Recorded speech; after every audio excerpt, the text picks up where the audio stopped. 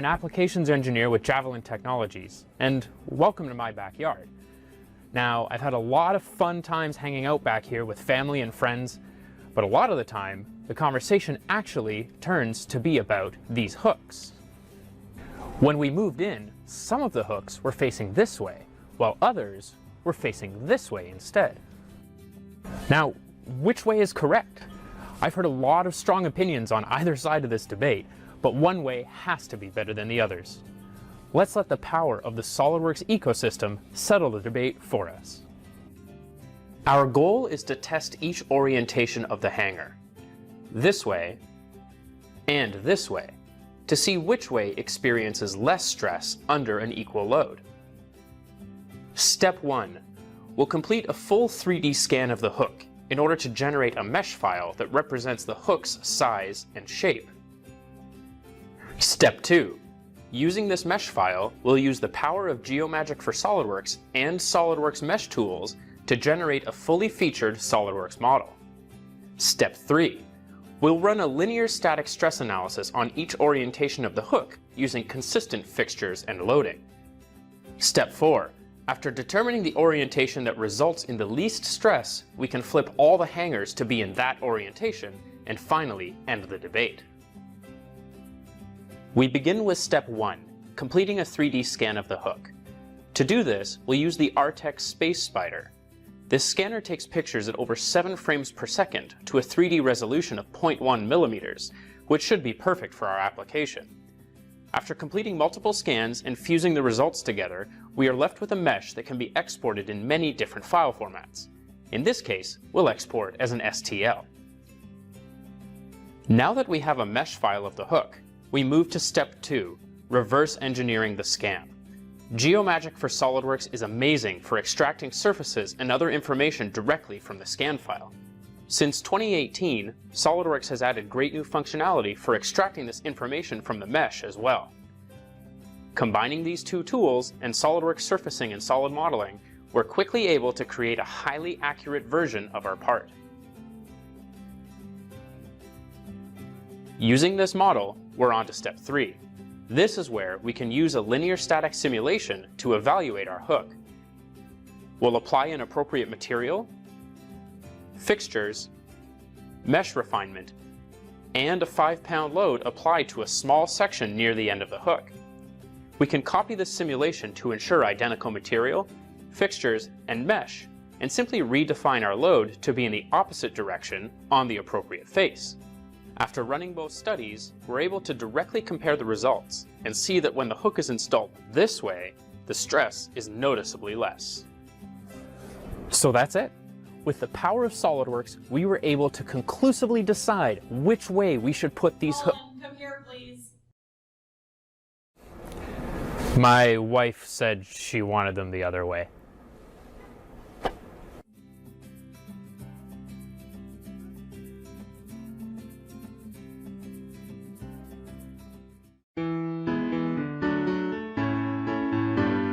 How do you know your designs will perform in the field?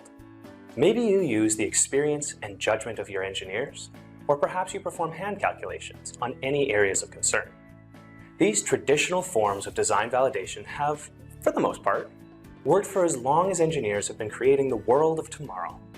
However, as digital design practices have become commonplace, businesses, both small and large, have incorporated virtual simulation tools to simultaneously reduce their validation expenses while also improving the quality of their final designs. Best judgment and hand calculations can be very effective means of determining if a specific area of a part will fail from a specific load.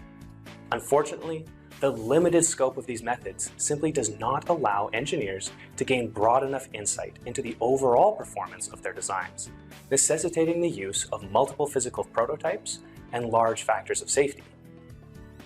Simulation tools, such as SOLIDWORKS Simulation, allow engineers to apply many different conditions and loads to their designs concurrently, making it possible to test full designs against their actual operating conditions.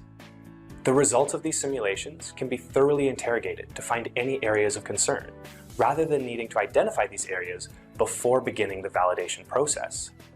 By incorporating nonlinear simulation, it is even possible to observe the failure mode of the design and any secondary failures that might occur. With tools like SOLIDWORKS eDrawings, simulation results can be shared with ease, meaning that the days of reviewing convoluted spreadsheets are over.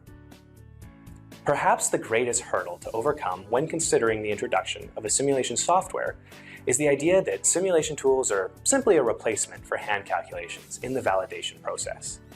In reality, a simulation solution enables designers and engineers to include considerations for validation early in the design process and allows them to test a range of concepts and options without additional cost or lead time. SOLIDWORKS simulation operates entirely within the SOLIDWORKS CAD environment, allowing designers to quickly transition between validation and modeling. Any concerns identified during a simulation can be immediately addressed in the CAD model and then tested with the original study setup. Being able to design and validate iteratively from any point in the design process saves thousands of dollars and days to months of time when compared to physical prototyping. The ease of analysis with SOLIDWORKS simulation also allows users to quickly compare the results of many different options, enabling them to optimize the performance of their design while still minimizing costs. It's true that many SOLIDWORKS simulation users still validate their results with calculations and physical prototyping. But the scope and quality of virtual simulation results makes it easy to accurately target and minimize the use of these traditional methods, while also reducing the costs associated with unnecessarily large factors of safety. SOLIDWORKS simulation is not simply an alternative to hand calculations. It's a tool that enables engineers to combine their design and validation efforts, which produces more innovative designs that get to market faster. Reach out to us today to start incorporating virtual simulation into your design process.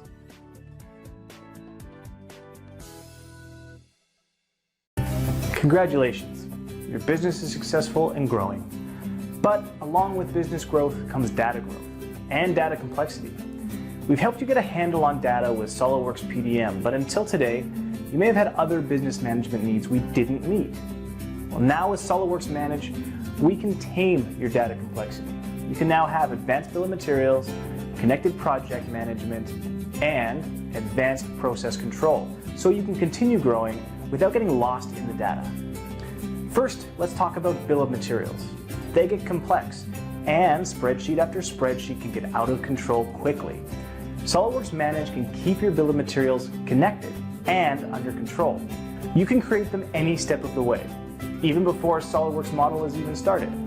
When you need it, additional options can be added to create a complete, comprehensive bill of materials. Whether adding additional materials like paint, Loctite, or grease, specifying options like color or size, or creating variants for different regional markets. Do you rely on Microsoft Project or Excel for project management and task assignment? They're good basic tools, but they are disconnected from your SOLIDWORKS design data. SOLIDWORKS Manage enables you to create project plans, view Gantt charts, and assign tasks, like you might using Microsoft Project. But now the projects can be directly connected to SOLIDWORKS files and other related documents. Individual tasks like model creation, simulation, and testing can be assigned, and detailed progress can be tracked and viewed through dashboards and reports. Projects can be launched from customized templates to help you standardize and automate. SOLIDWORKS PDM workflows are fantastic, but they may not fit all your complex and growing needs. SOLIDWORKS Manage processes are similar to workflows, but provide even more flexibility. You can run multiple processes at the same time on the same document. For example, several engineering changes may be in process while parallel simulation or cost studies are being performed. And another thing, SOLIDWORKS Manage process doesn't require files. It can run on its own, whether to track timesheets, employee training, or a manufacturing problem, and its corrective actions. Best of all, SOLIDWORKS Manage connects directly to one or many of your PDM professional vaults. That means your project processes and bill of materials can utilize existing PDM data and can even act as a consolidation point if you have multiple vaults. With advanced bills of materials, connected project management, and advanced processes, SOLIDWORKS Manage tames your data complexity so you can spend more time designing and manufacturing great products. Consider what SOLIDWORKS Manage can mean to your business and check out our other videos to explore additional capabilities of SOLIDWORKS Manage. The era of additive manufacturing is officially here and is enabling designers and engineers to produce parts that would have previously given any machinist nightmares. The geometric freedom offered by additive manufacturing can easily lead to complex shapes whose behavior is difficult to predict with spreadsheets and hand calculations. On top of this, the fact that additive manufacturing is still largely done with plastics further increases the complexity for designers who need to ensure reliable performance of their designs. SOLIDWORKS Simulation is not only ready to tackle these challenging validation scenarios, it can also help designers convert their easy-to-model prismatic parts into organic shapes best suited to additive manufacturing. Introduced in 2018 and enhanced in 2019, Topology Study is an exceptional tool when designing for additive manufacturing.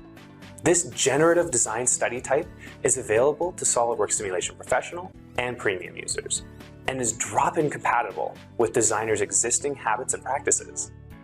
Parts are modeled as usual, using standard cuts, bosses, or even surfacing if you're feeling adventurous. After generating the base shape of the part, a linear static study can be run to confirm that the design will perform as intended. Does this process look similar to what you're doing today? Perfect, because with only a couple more steps, we can optimize this part for additive manufacturing and validate the new geometry. Our static setup can then easily be copied into the new Topology Study. And then by adding a couple of goals and constraints, we are ready to optimize our part. It should be noted that Topology Study assumes linear behavior, so it is worth using the factor of safety constraint introduced in SOLIDWORKS 2019 to compensate for this assumption. With the analysis complete, SOLIDWORKS presents us with a plot of the required geometry for our given specifications. We can choose just how minimalist we want this geometry to be with the built-in slider, which updates our plot on the fly. Simulation 2019 also allows us to export this geometry as a smooth mesh in a new configuration, part, or body. Whether you want to minimize weight, save material, or simply produce a cooler looking part than your competitor, Topology Study will help you get there.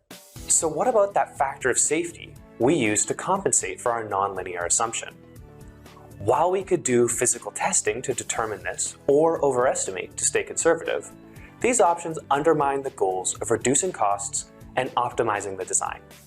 Instead, we can leverage the nonlinear solver in SOLIDWORKS Simulation Premium to validate the real-world behavior of our optimized geometry.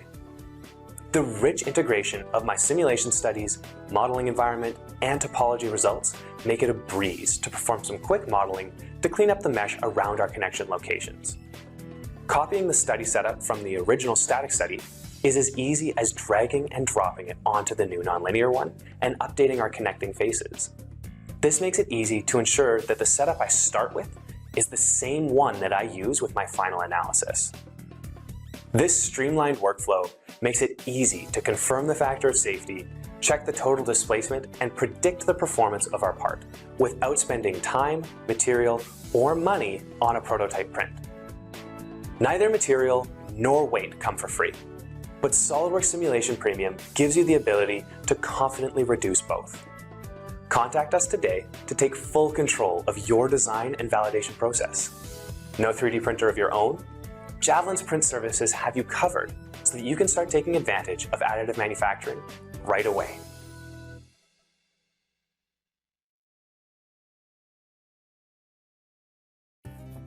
My name's Colin Murphy, and I'm an applications engineer with Javelin Technologies. And Good morning, everyone. Thank you for joining us today.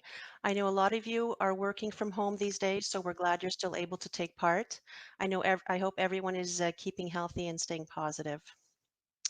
I'm Adriana Cortese, the Strategic Account Manager at Javelin Technologies. I manage the Maritime and Newfoundland provinces, and I'm so pleased to be your host for today's seminar. We'll spend the next few hours talking about leading design to manufacturing performance in 2020. A quick look at today's agenda. I'll be joined by a few special guests today as we walk through improved performance, large assembly and productivity features in SOLIDWORKS, streamlined processes, taking a closer look at your data from design to manufacturing, After that, we'll take a quick 5-minute break. Then we'll come back to a tips and tricks productivity session. We'll have a What's New in SolidWorks 2020 session, and we'll be showing you our top enhancements. And lastly, we'll take a look at the latest trends in additive manufacturing for both plastics and metal. And we should wrap things up at around 11:30 Atlantic time, I'd say. A quick update on Javelin. Javelin is truly a Canadian company. We've been in business since 1997. We're headquartered in Oakville, Ontario, but we have offices and technical support teams across the country covering all time zones. Our customers on the East Coast benefit the most from this because they could reach someone from 8 a.m. to 9 p.m. Atlantic time. So that's pretty nice. Javelin started as a SolidWorks reseller. That's it. Our client demands changed, and so did SolidWorks and Javelins. We now have a full SolidWorks platform as well as many third-party products that complement it. And these solutions, along with best-in-class training, support, and services, cover virtually every aspect of your design to manufacturing needs. Javelin also knows there are many physical tools that are needed through this process, and this is where the full line of Stratus's 3D printers and our desktop and exact metal printing solutions come in. Complementing these are a range of post-processing tools as well as 3D scanning choices. Javelin is not only a value-added reseller for all these solutions, we also provide services. If you need scanning services, or maybe you're not quite ready to purchase your own printer, or maybe you're just up against a tight deadline, we have capabilities in-house to get your job done. The majority of our customers are working from home during this COVID-19 outbreak, and we want you to know that we're here to support you as best we can. There are a number of ways we can help you work remotely, so please reach out if you want assistance. You can call our support line. You could also visit our blog. Javelin is offering support to our community as well as to our clients. To support the Canadian COVID-19 response, we're leveraging our secure manufacturing facility to create personal protection equipment for medical workers, as well as provide 3D printing services for designers, manufacturers, and healthcare professionals creating medical grade components for the pandemic response. We're also actively working in collaboration with the Sunnybrook Medical Center in Toronto to design and manufacture face shields. If you're a healthcare provider or a medical institution and need these services, please reach out to us. At the end of the seminar, please be sure to fill out our survey. We'll be using the survey to select winners of 2 space mice at the end of today's session, and you'll be entered into the grand prize draw at the end of our webinar series, and the grand prize winners will be selected next week. Okay, let's get this show on the road. We're going to kick things off with our improved performance segment, and my colleague Colin Murphy will be taking it from here. Hey, Colin. Hello. Thank you so much, Adriana. My name is Colin Murphy, like she said. I'm a senior application engineer here at Javelin, and part of my job is visiting our customers and seeing what's slowing them down and how we can help them. And one of the most common things that I hear from them is that they're experiencing trouble when they're working with large assemblies. I've kind of put together a list here of the top things that our SolidWorks power users will say when I do visit them. You know, among others, waiting for or getting coffee while you're waiting for your assemblies to open. That's pretty common. Maybe you just want to perform quick assembly revisions, but it takes a really long time to do any of that work. You might think that you're applying the best practices inside of SolidWorks, but the assemblies are just slow. Perhaps you're working with imported geometry that's very complex. We'll discuss that today. If you're downloading third-party components from McMaster-Carr, for instance, there are certain considerations we need to make there. And the use of configurations can also really slow us down for our assembly performance too. When I speak to managers, they're not the ones who are typically going to be in the software every day. So they give me a different set of indicators that their team might be having large assembly slowdowns. Some of the things that they'll say to me are that they dread design review meetings because they're just sitting there waiting for the file to open in this room with their employees. Maybe they just think it's normal for the large assemblies to be slow, or they're kind of questioning the return on the software, right? Why are we waiting half an hour at the beginning of every day for our assemblies to open? It shouldn't take that long. So my goal here today is to discuss a couple key items when it comes to large assembly management. Now, this diagnosing and working with large assemblies is quite a long and it's a road that has many different paths, right? We can go down many different areas to troubleshoot a large assembly, so I definitely can't cover them all today. But we're going to start out with just talking about the best practices for large assembly management. So another question that I hear is, how do I stop SOLIDWORKS from crashing when I'm working on my assemblies? I haven't seen a keyboard destroyed in quite that way yet, but who knows what will happen in the future.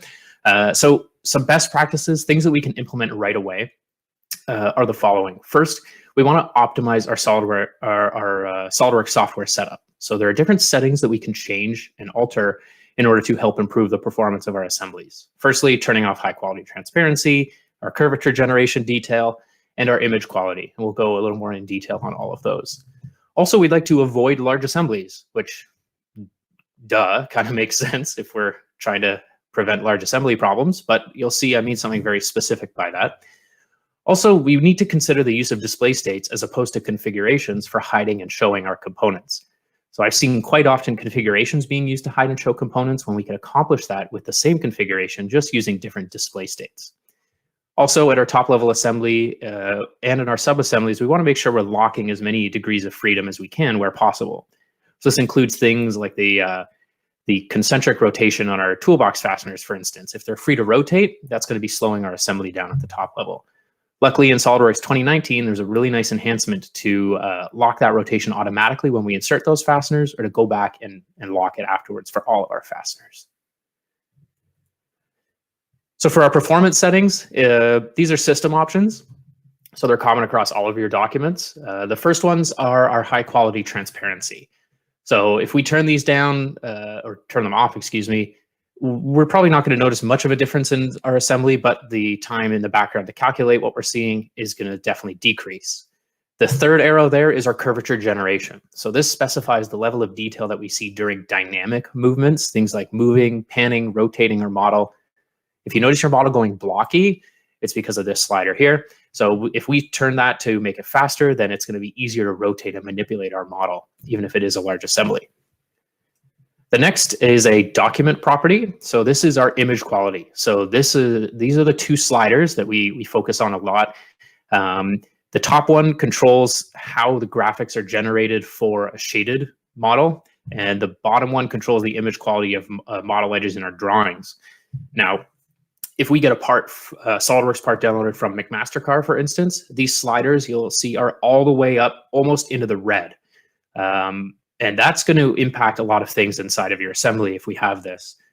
So one thing that it will impact, we will have larger file sizes. It's actually an exponential increase as we drag that slider out to the right, that these file sizes are going to be larger. Also, we're going to see longer opening times. So the more graphics triangles that we have to generate, the longer our graphic generation times, the longer our assembly is going to take to open. Also, we'll have increased lag during operations once the assembly is open. So moving and panning our model, that's going to cause increased lag. Our recommendation here at Javelin is to make sure that all of our part and assembly templates are set to an image quality of approximately 10%. So this is a document property, which means it's held in our part template. By default, in our SOLIDWORKS templates, they're going to be around 50%. So we can lower that pretty significantly down to around 10 to 15%. And we're not going to see a significant impact on how we're actually viewing our curves. But if we do lower this all the way down in our template, then we don't need to worry about this when we're importing a step file or creating a new part, for instance. Now, I mentioned avoiding large assemblies. This is a little more detail on that. So this is a program that's installed when you install SOLIDWORKS. It's called Treehouse. So it shows us the breakdown of our assembly in terms of how many top-level components we have, kind of where our sub-assemblies are as well. Our goal when we make our large assemblies is to try to use as many sub-assemblies as possible. That's really going to help our performance. If we do have all of our components at the top level, that's going to result in slower performance for our large assemblies. Now, I understand that it's not always possible to know how you want this to be broken down until after you've actually placed all of your components into your assembly. But if we do have this and we want to form a sub-assemblies afterwards, we can simply select the parts either from our graphics window or from our feature manager, right-click on them, form new sub-assembly, and it's going to give us a new virtual sub-assembly within our main assembly. Now, this sub-assembly we can take and we can save it out. And then we have an actual separate file for this sub-assembly that we can detail on its own. Some other best practices. Firstly, we want to try to work locally. So ideally, we're not working over a network. Unfortunately, when we want to collaborate or use library components, working locally becomes a bit of a problem because we're going to be duplicating our data every time that we pull those files local and then re-upload them back to the network. Fortunately, SOLIDWORKS PDM is going to create a local copy for this reason exactly. So we do have one true source of data with PDM. However, it's as if we're working locally because it is creating that local copy. Also, we want to make sure that all of our files are up to date. So if we're using SOLIDWORKS 2019, for instance, or SOLIDWORKS 2020, and we have files, maybe library components that are from SOLIDWORKS 2012, 2013, those are going to take more time to open than they would if they were saved to the current version. So we want to make sure that those files are up to date. Also, unnecessary details, we can just get rid of them. So these might be things like physical threads being modeled, or extruded or cut text is another instance of this that I see quite often. So if we don't need these details, it really makes sense to get rid of them, right? If we can use a cosmetic thread on our fasteners or our lead screws, for instance, we want to try to do that instead of having those threads physically modeled, unless, of course, there's a good reason to have them physically modeled. Also, we want to make sure we're using a supported graphics card and that our driver is up to date. When you move to SOLIDWORKS 2020, make sure that you are checking your driver and that you are updating it to the latest supported driver. That's not necessarily the latest released driver for your graphics card, but we can check using the RX tool or on SOLIDWORKS website to make sure that we're using a driver that is up to date and supported. Also, the RX tool, in addition to that, can clean up a lot of temporary files that have been created on our computer as we work inside of SOLIDWORKS. I recommend doing this maybe about once a month is a good practice for this, but that's going to help keep your system clean. All right, so I'd like to move on to another area of large assembly management. Like I said, there are many, but one that I notice is a problem for a lot of our customers is working with imported geometry. So this might be a file like this. And this is a step file that I have opened as a multi-body part. So this is one part file. It is a multi-body part, and it looks awesome. This is an electrical cabinet that we need for mounting to a frame, perhaps. And we want to make a hole alignment. We also want it for nice renders of the outside of our frame, maybe. And it looks great. We have lots of colors, details. Unfortunately, there's a lot more going on here behind the scenes than we can actually see with this file.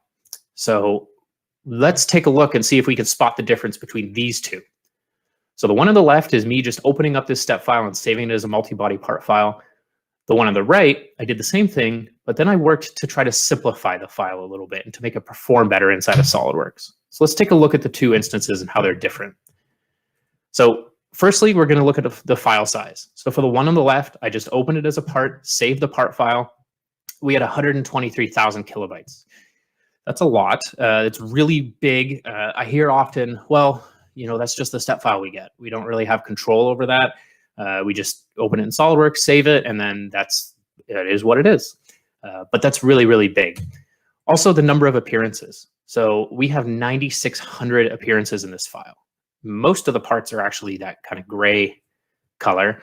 So why do we have 9,600 appearances? Well, when SOLIDWORKS opens up that step file and converts it into a SOLIDWORKS file, it's actually applying appearances individually to those faces. So this would be like me wanting to paint my house, painting one wall in my house, throwing that can of paint in the garbage, driving to the paint store, picking up another can of paint, bringing that home, painting another wall in my house, and repeating that process over and over until my whole house is painted.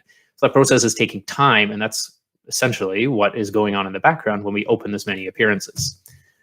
In terms of the number of bodies in this file, there's a lot of components inside this electrical cabinet that in this case, we don't really care about. So there's actually almost 9,000 bodies between solid and surface in here. That's a ton of body data that we're loading and manipulating every time we move this file around. The number of graphics triangles, when I imported this, I had my image quality set at around 10%. We still have 1.2 million graphics triangles. So that's massive. Also, I took this one part and I put it into an assembly all on its own. So we have an assembly file with just this one part in it. And that assembly file took 56 seconds to open with just this one part. And that open is broken down roughly into 3 main phases. So in SOLIDWORKS 2018, there's actually a really nice enhancement that allowed us to view where we are in that open process. So the first step there is opening all of our body data. The next step is updating or rebuilding our assembly. So in this case, that took 16 seconds. Then the last step is generating the graphics, right? That's where it uses that image quality to generate the graphics triangles that you see on your screen. That took almost 20 seconds in this case. So when we add up those 3, that's where we get to that 56-second open time. And keep in mind, here we have just one component inside of our assembly. Imagine we had 20 different step files that we'd imported. That can add up pretty quickly.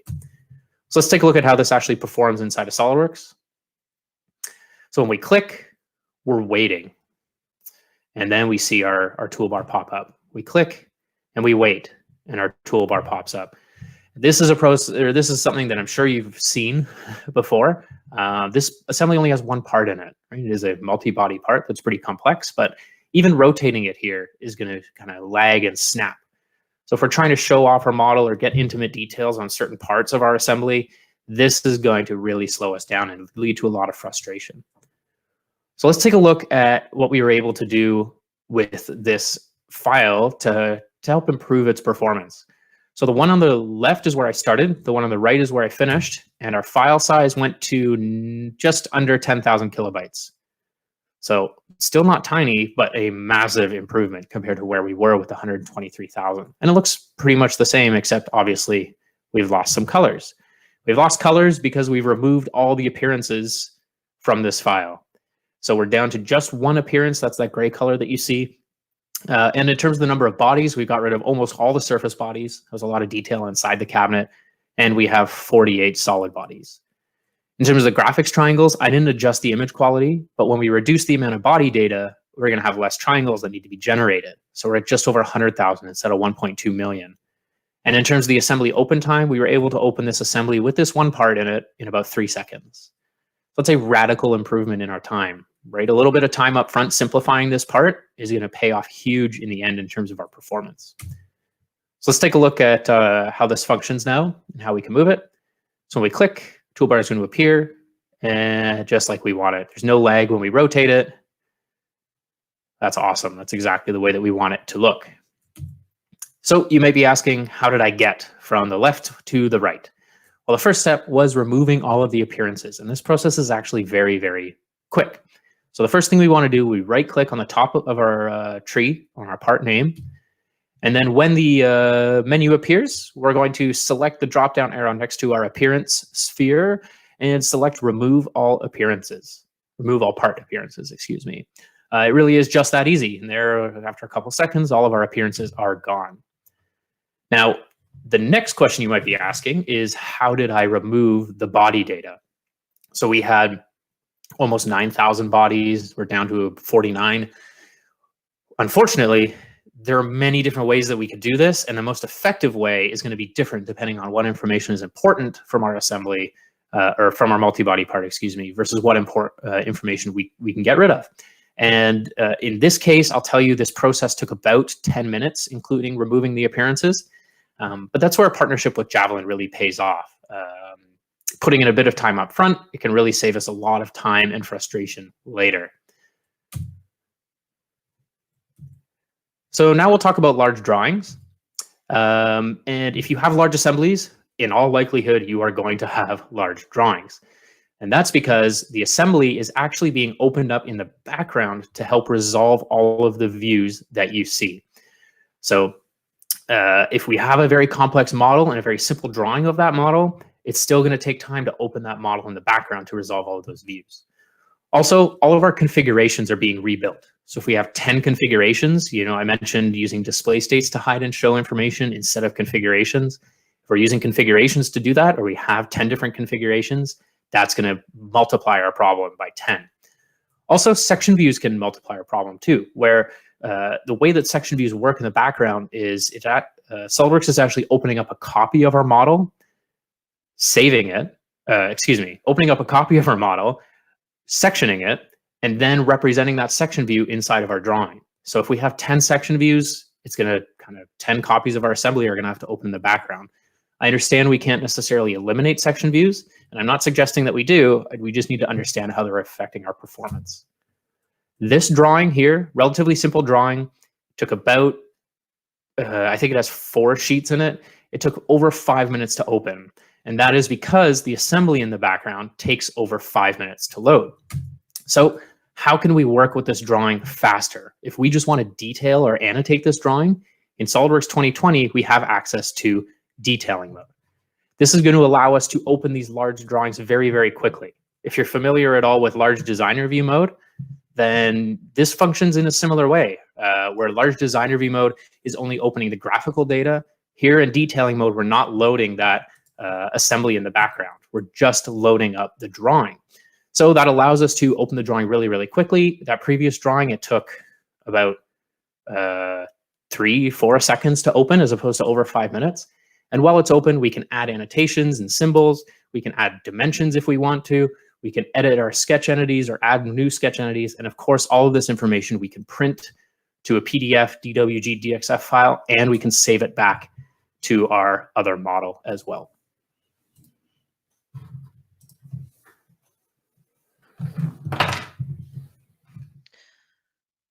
Thank you, Colin. That was great. Large assembly management is one of the biggest challenges our customers face.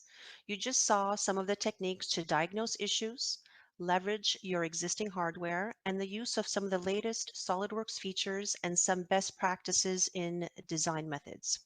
So what more can you do? You can keep up to date through the Javelin blog. You can invest in your people through training. We have a full range of public, private, and online classes. Javelin also has a large assembly service where we interrogate the worst case project files and develop tailored training and approach to improve your productivity. Another thing to consider may be our productivity service. Some of you have already benefited from this. Our productivity service is where we work with your entire design team to understand how you currently use SOLIDWORKS in your daily design process. We also check hardware and CAD standards, and a report is then delivered outlining suggestions for any hardware improvements and training recommendations to both level and elevate the team's knowledge in design methodologies moving forward. Now let's move to our streamlined processes segment, and I'm going to hand it back to Colin. Great, thank you, Adriana. Good to be back. So we're going to talk about data management. In today's world, our data is incredibly important, and we have a ton of it. So whether these are Office documents or CAD data, trying to tame this data is certainly no small feat, but it is really necessary that we ensure that our information is secure, protected, but not only that, it needs to be utilized efficiently to help make our jobs and our processes faster and more impactful to our business. So across a typical business, this data management is going to be needed regardless of what area of the business you're working in. Right? Purchasing might need a bill of materials. Manufacturing, maybe they need a drawing. Maybe marketing needs access to CAD models in order to generate renders. What we need are business systems in place to ensure that the data can be shared effectively across these different business systems or across these different areas of our business. So today, we want to take a few minutes to touch on some of the solutions that Javelin offers to help secure, leverage, and enable that more digital thread way of working. So we'll discuss 4 of them. The first one is PDM, which I mentioned earlier. As well, we're going to be talking about SOLIDWORKS Manage. Then we'll go and talk briefly about Aris PLM. And lastly, we'll discuss DelMioWorks. So we're going to start with PDM. And typically, this is going to be the starting point for companies who are looking to manage their data. Now, this is definitely not just an engineering solution. This is a way that we can manage and share all of our data types. So when we look at PDM, at the heart of it, it is a secured vault environment. So in order to gain access to that, each user is going to require a login and a password, and that login is going to control what information they can see while they're in the vault. Also, it's going to control what they can do with that information while they're in there. So within the vault, we can manage well over 300 file types. So this includes our SOLIDWORKS files, of course, AutoCAD, Microsoft Office, PDF, emails, image files. I haven't found a file extension yet that we can't manage inside of PDM. Even machining codes, for instance, we can do. And when we are in there, as of 2020, we have connectors that are available now for working with other native applications. So these are going to be things like Inventor, Solid Edge, and Pro-E. When that data sits inside the vault, it sits in what's called a workflow. So a workflow essentially is a flow chart, just like this one that you see. This is a basic approval workflow with a revision loop in it. And this is going to make sure that procedures are being followed. So where do we have to send our information to get approved? What is required for our information to be approved? Do we need multiple sign-offs on it, for instance? And then it can also automate various admin tasks at different stages of this workflow. So once this drawing is approved, maybe we're going to create a PDF, and that PDF is going to be renamed, moved into another folder for our manufacturing floor, and our manufacturing manager is going to be notified so that he or she can actually go and make the parts and have them made. This can also control access to our data. So if you are worried at all about, people in the shop floor manufacturing to the wrong revision, well, we can just hide the old revisions from whoever we want to. And, maybe only the engineers can see the first few revisions of a file. Also, if we don't want people to be able to see files that aren't approved, we can hide any files that aren't in the approved state so that they can only see the information that's relevant to them. Also, it really is a global economy now, and we want to make sure that this data is accessible. So that's where with PDM, we can replicate this data across multiple sites, whether it's in the same country or different countries. And this is going to ensure that everyone is going to be seeing the latest data while still maintaining that optimal performance that I spoke about in the large assembly portion.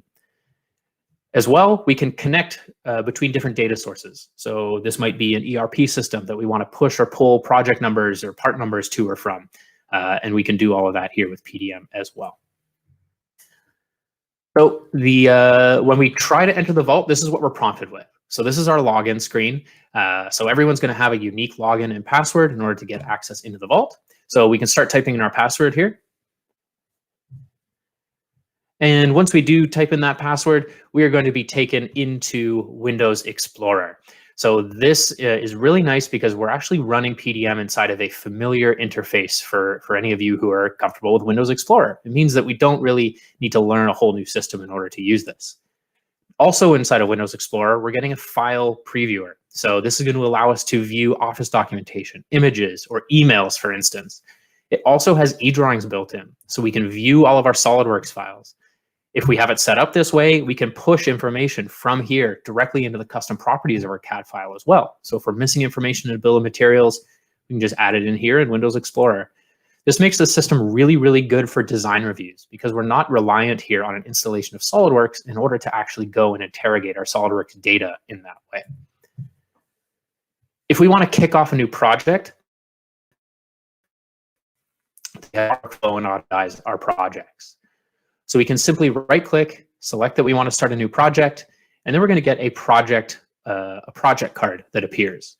And this project card is fully customizable, and this is where we put information in once that is relevant to our project. So this could be a project name, project number, project leader, customer, and you name it. Whatever information you'd like in there, we can put in there. And once that's done, we're automatically going to have folders created for us that are formatted and organized in a way that we want. Also, we're going to have documentation that's created automatically.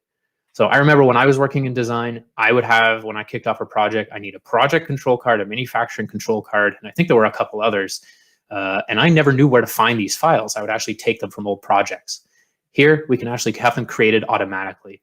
And if you notice inside of Word, we've had that information that we put into our project card pushed automatically into this documentation. So there's no need to type that information in manually. We want to put it in once and have it flow everywhere that we want it to automatically. And this isn't just limited to our Office documents either. This information can go into, say, the custom properties of our SOLIDWORKS files. So here we're just bringing in some files from another project. When we do that, it's going to put this information into our custom properties and into our title block the way that we want it to. This can even go into the title block of DWG files if we want to.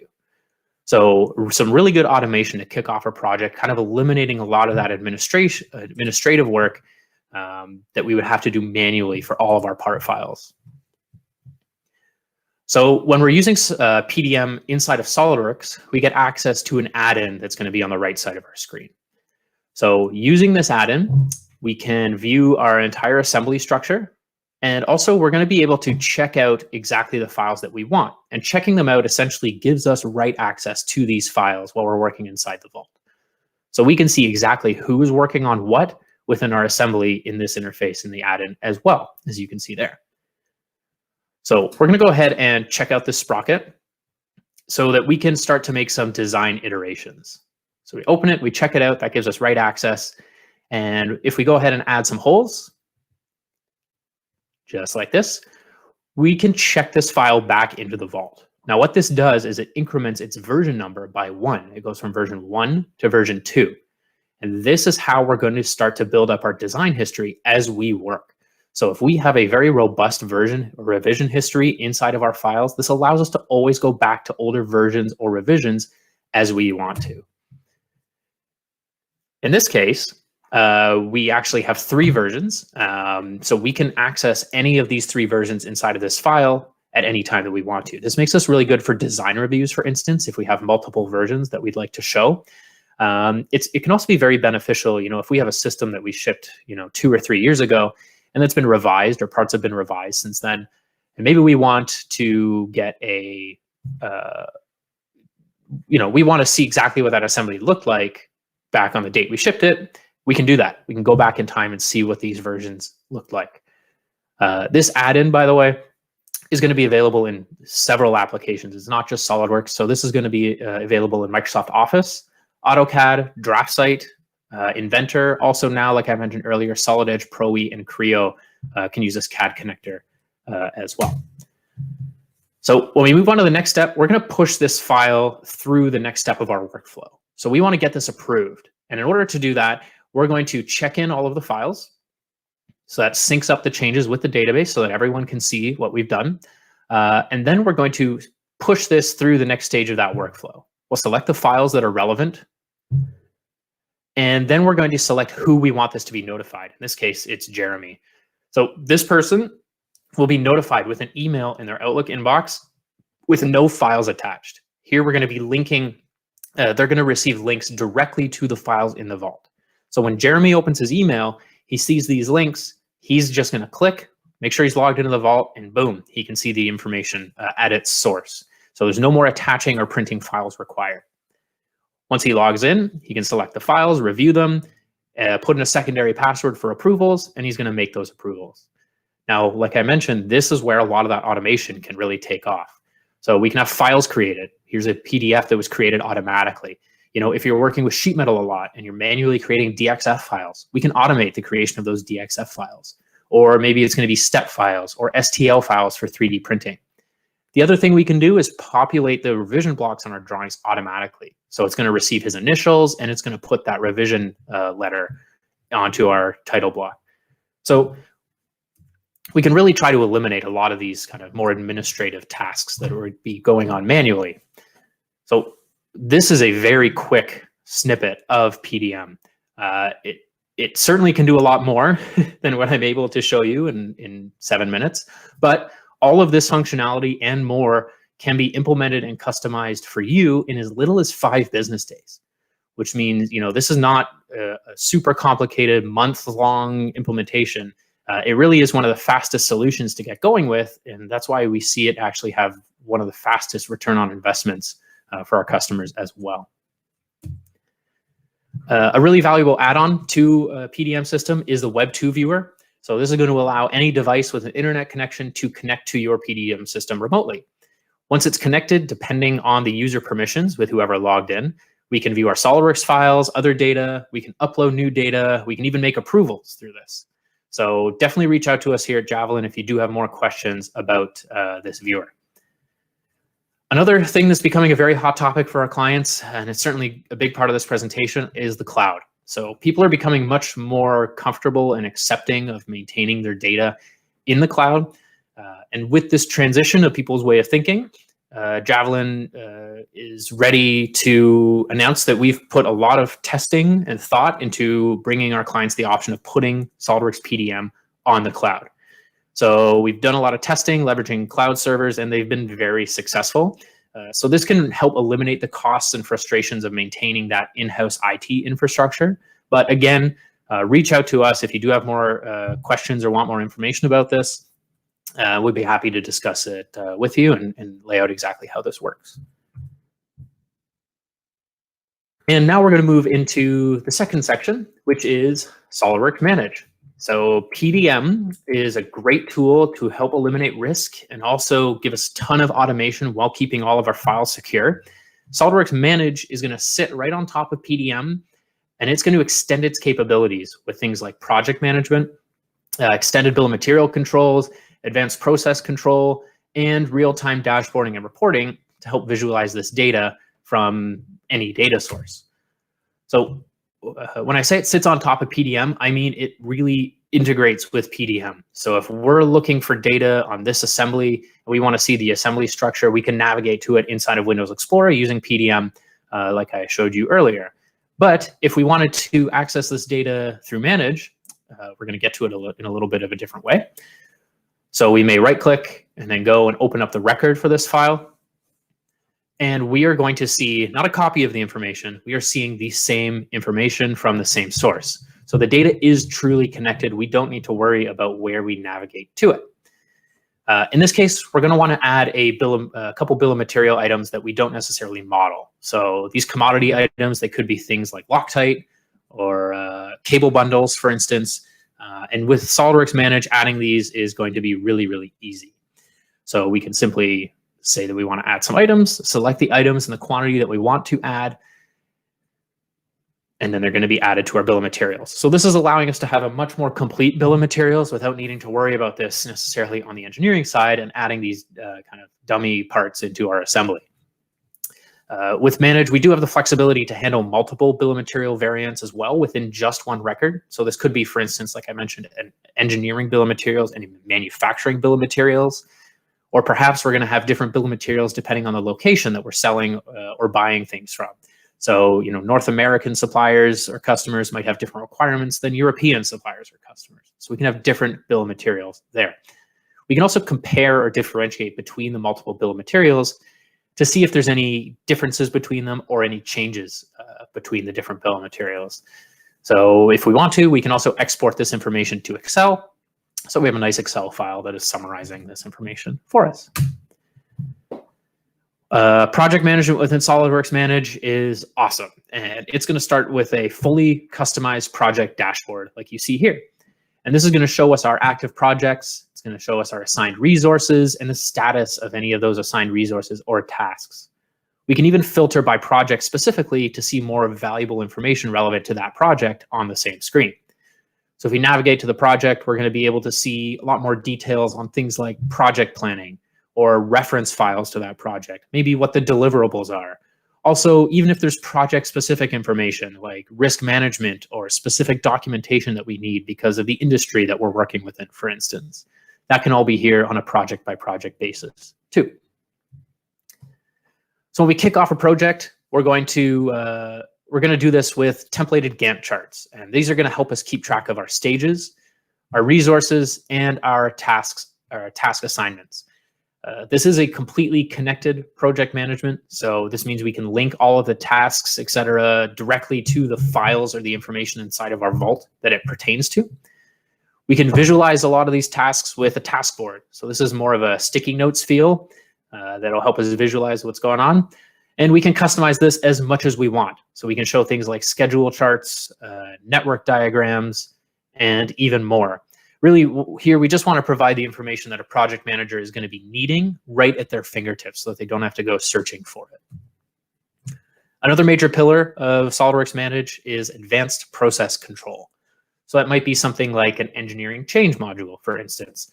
And here, again, we're going to start on a engineering change dashboard, which is fully customized for what is relevant for you. So we can see our critical ECRs. Also, if we have any, what is our approval or our close rate? If there's relevant geographic information, we can have that sort in here as well. And this information is not just limited to manage. This can pull from almost any data source to help combine and visualize this information in a way that's effective. So before we push this change order along, we want to make sure that we are adding any affected items to make sure that all aspects and all documentation that's relevant is being captured. So typically this can be a really more of a painful process to try to figure out, where all the files are being used and what references there are. But with Manage, because we are connected directly into PDM, it's just going to be a few clicks. So maybe we want to find a pedestal bearing. So we can just run a quick search for that and quickly find all of the related records to that part and then add them in to our ECR. So it might not be limited to our SolidWorks files, though. There might be more information that we need to add. So we can continue our search and add a few more items. So something like a PDF, or maybe even a SolidWorks composer file. So we can take these items that are related and add them in. So this is going to really help ensure that our managed processes are controlling those PDM workflows that I mentioned earlier in the way that we want them to. Again, I'll reiterate, this data is really connected to what's going on inside of PDM, whether we do it here in Manage or on the PDM side. And from here, Manage is going to automatically kick off that engineering change process. So if we do open up that ECO, we can see that all of the relevant information is linked. And this may be where we need to select more information. In this case, we need to select if it's a standard or an express change in our process. Well, what does that mean?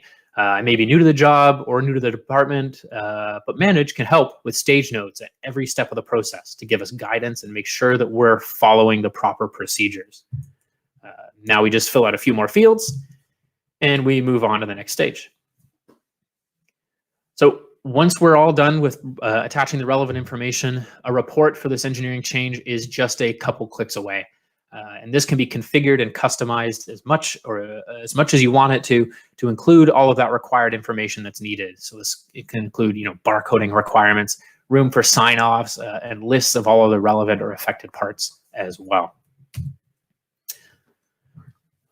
So that brings us to the end for Manage. Again, Manage, super customizable, and we can change. It is really something that warrants a really big discussion. So if you do have questions about it, definitely reach out to us, and we'd love to have that discussion with you. Now we're going to move in. We're going to talk about Aris. So Javelin has chosen Aris as our primary PLM solution for our customers. Kind of like Dassault Systems has SolidWorks, Aris really is the leader in its industry due to its longevity, its ease of use, and just being a proven solution for our customers. Now, historically, there have kind of been a limited set of options available to help address the demands of lifecycle management. In many cases, people are just going to keep doing it the way they've always done it. So using very manual processes, email, printing out sheets from Excel, I'm sure you're all familiar with that to some extent, but this can be very error prone. It's inefficient and it can really limit growth, right? It makes it hard to expand and make these processes faster. So the alternative has been to just buy a big PLM system from one of the major providers, rip and replace the existing PDM environment, migrate all that data into the new system after we've gone through that really complicated IT project to implement it, and then just start hope that people start using it. This can be very disruptive. It's going to introduce a lot of unnecessary risk, and it's also a very expensive process as well. Luckily, there is a better way, and that is extending our existing PDM system to get full PLM capabilities. So we want to keep what works and leverage that investment that you've already made to get great results with Aris PLM.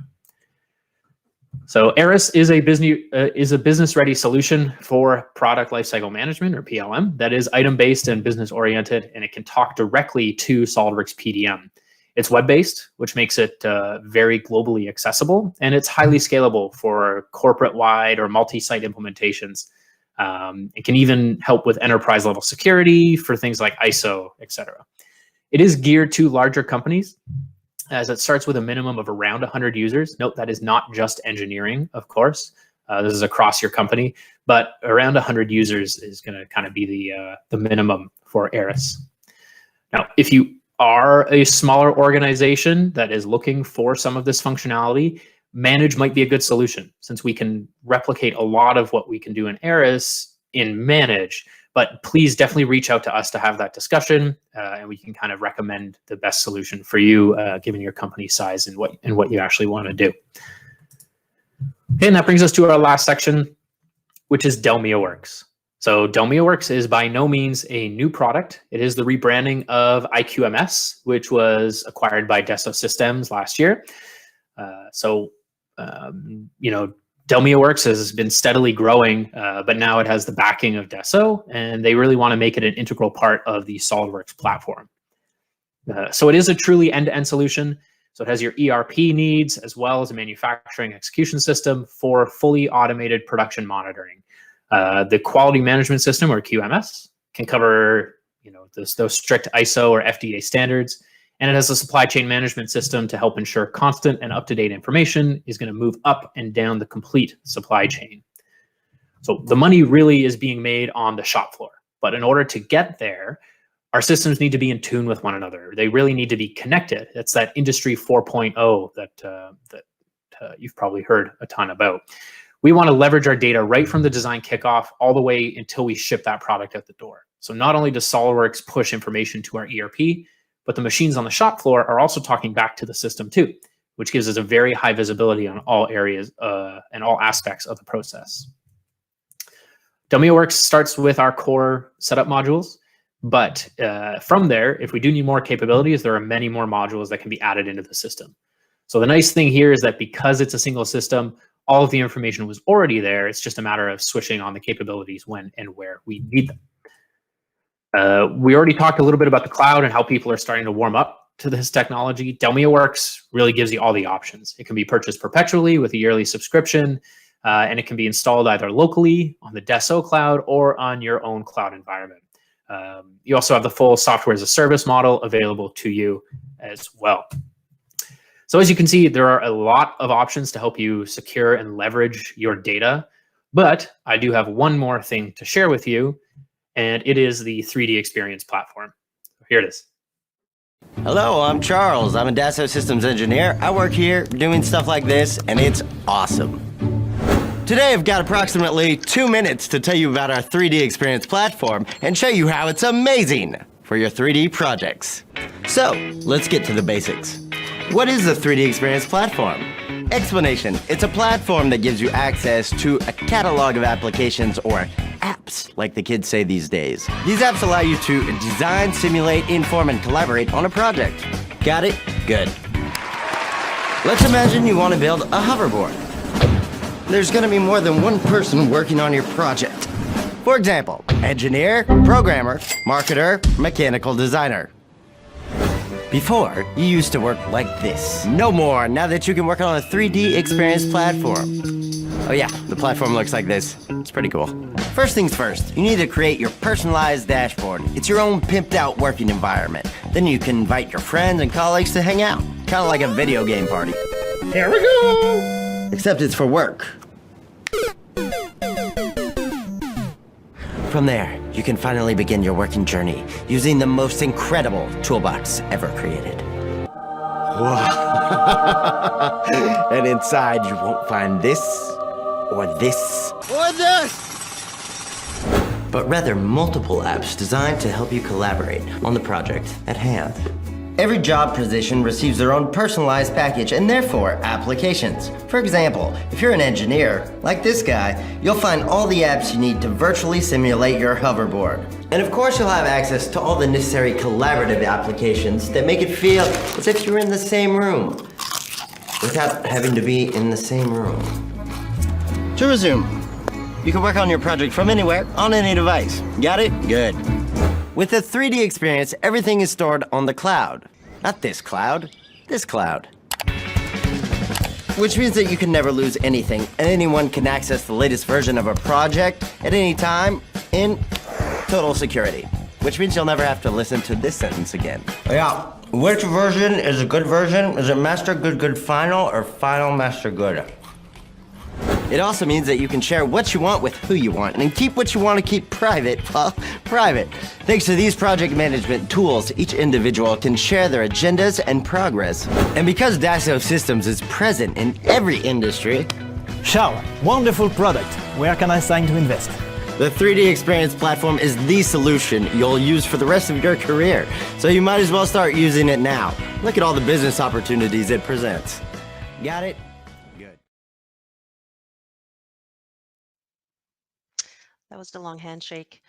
Here we saw that your data is truly your most valuable asset. Whether you're looking to better collaborate and control files and projects with PDM or Manage, or configure and manage all your product information throughout its lifecycle with Aris PLM, or maybe you're looking for better control of the business side of your manufacturing processes with DelmiaWorks ERP, we can help. Whether you have a single office or require global access, whether you prefer on-premise or cloud-based, there are lots of options to suit your needs today and tomorrow. So where do you start? Talk with us. Tell us what your goals are, and our experts can help you figure out the right approach. Another great place to start is our data and process assessment service. This is where one of our system architects will look at how you work with your data today, looking for gaps and opportunities to increase productivity while getting the most value out of your data. Okay, we've already reached the end of the first part of the seminar. We'll take a quick 5-minute break and then we'll meet you right back here. My name's Colin Murphy, and I'm an applications engineer with Javelin Technologies, and welcome to my backyard. Now, I've had a lot of fun times hanging out back here with family and friends, but a lot of the time, the conversation actually turns to be about these hooks. When we moved in, some of the hooks were facing this way, while others were facing this way instead. Now, which way is correct? I've heard a lot of strong opinions on either side of this debate, but one way has to be better than the others. Let's let the power of the SOLIDWORKS ecosystem settle the debate for us.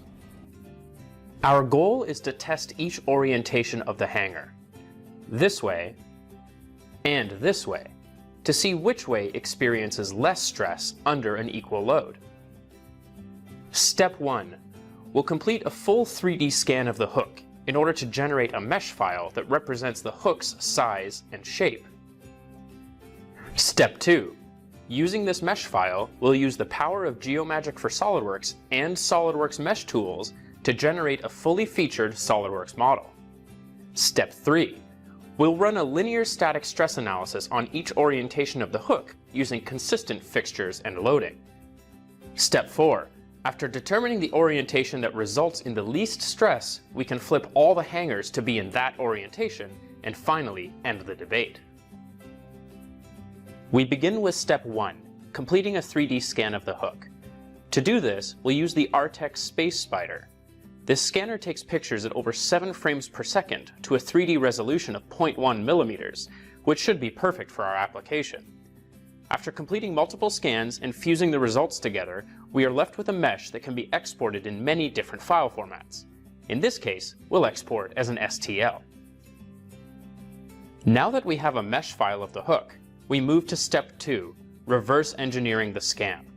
GeoMagick for SOLIDWORKS is amazing for extracting surfaces and other information directly from the scan file.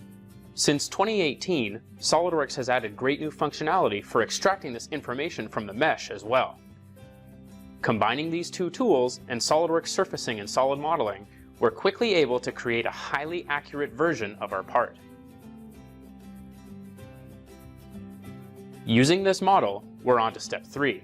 This is where we can use a linear static simulation to evaluate our hook. We'll apply an appropriate material, fixtures, mesh refinement, and a 5-pound load applied to a small section near the end of the hook. We can copy this simulation to ensure identical material, fixtures, and mesh, and simply redefine our load to be in the opposite direction on the appropriate face. After running both studies, we're able to directly compare the results and see that when the hook is installed this way, the stress is noticeably less. So that's it. With the power of SolidWorks, we were able to conclusively decide which way we should put these hooks. Come here, please. My wife said she wanted them the other way.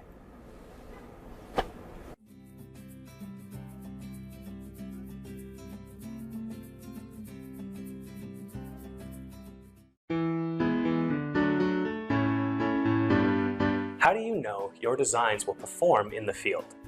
Maybe you use the experience and judgment of your engineers, or perhaps you perform hand calculations on any areas of concern. These traditional forms of design validation have, for the most part, worked for as long as engineers have been creating the world of tomorrow. However, as digital design practices have become commonplace, businesses both small and large have incorporated virtual simulation tools to simultaneously reduce their validation expenses while also improving the quality of their final designs. Best judgment and hand calculations can be very effective means of determining if a specific area of a part will fail from a specific load. Unfortunately, the limited scope of these methods simply does not allow engineers to gain broad enough insight into the overall performance of their designs, necessitating the use of multiple physical prototypes and large factors of safety. Simulation tools, such as SolidWorks Simulation, allow engineers to apply many different conditions and loads to their designs concurrently, making it possible to test full designs against their actual operating conditions. The results of these simulations can be thoroughly interrogated to find any areas of concern, rather than needing to identify these areas before beginning the validation process. By incorporating nonlinear simulation, it is even possible to observe the failure mode of the design and any secondary failures that might occur. With tools like SolidWorks eDrawings, simulation results can... Welcome back, everyone.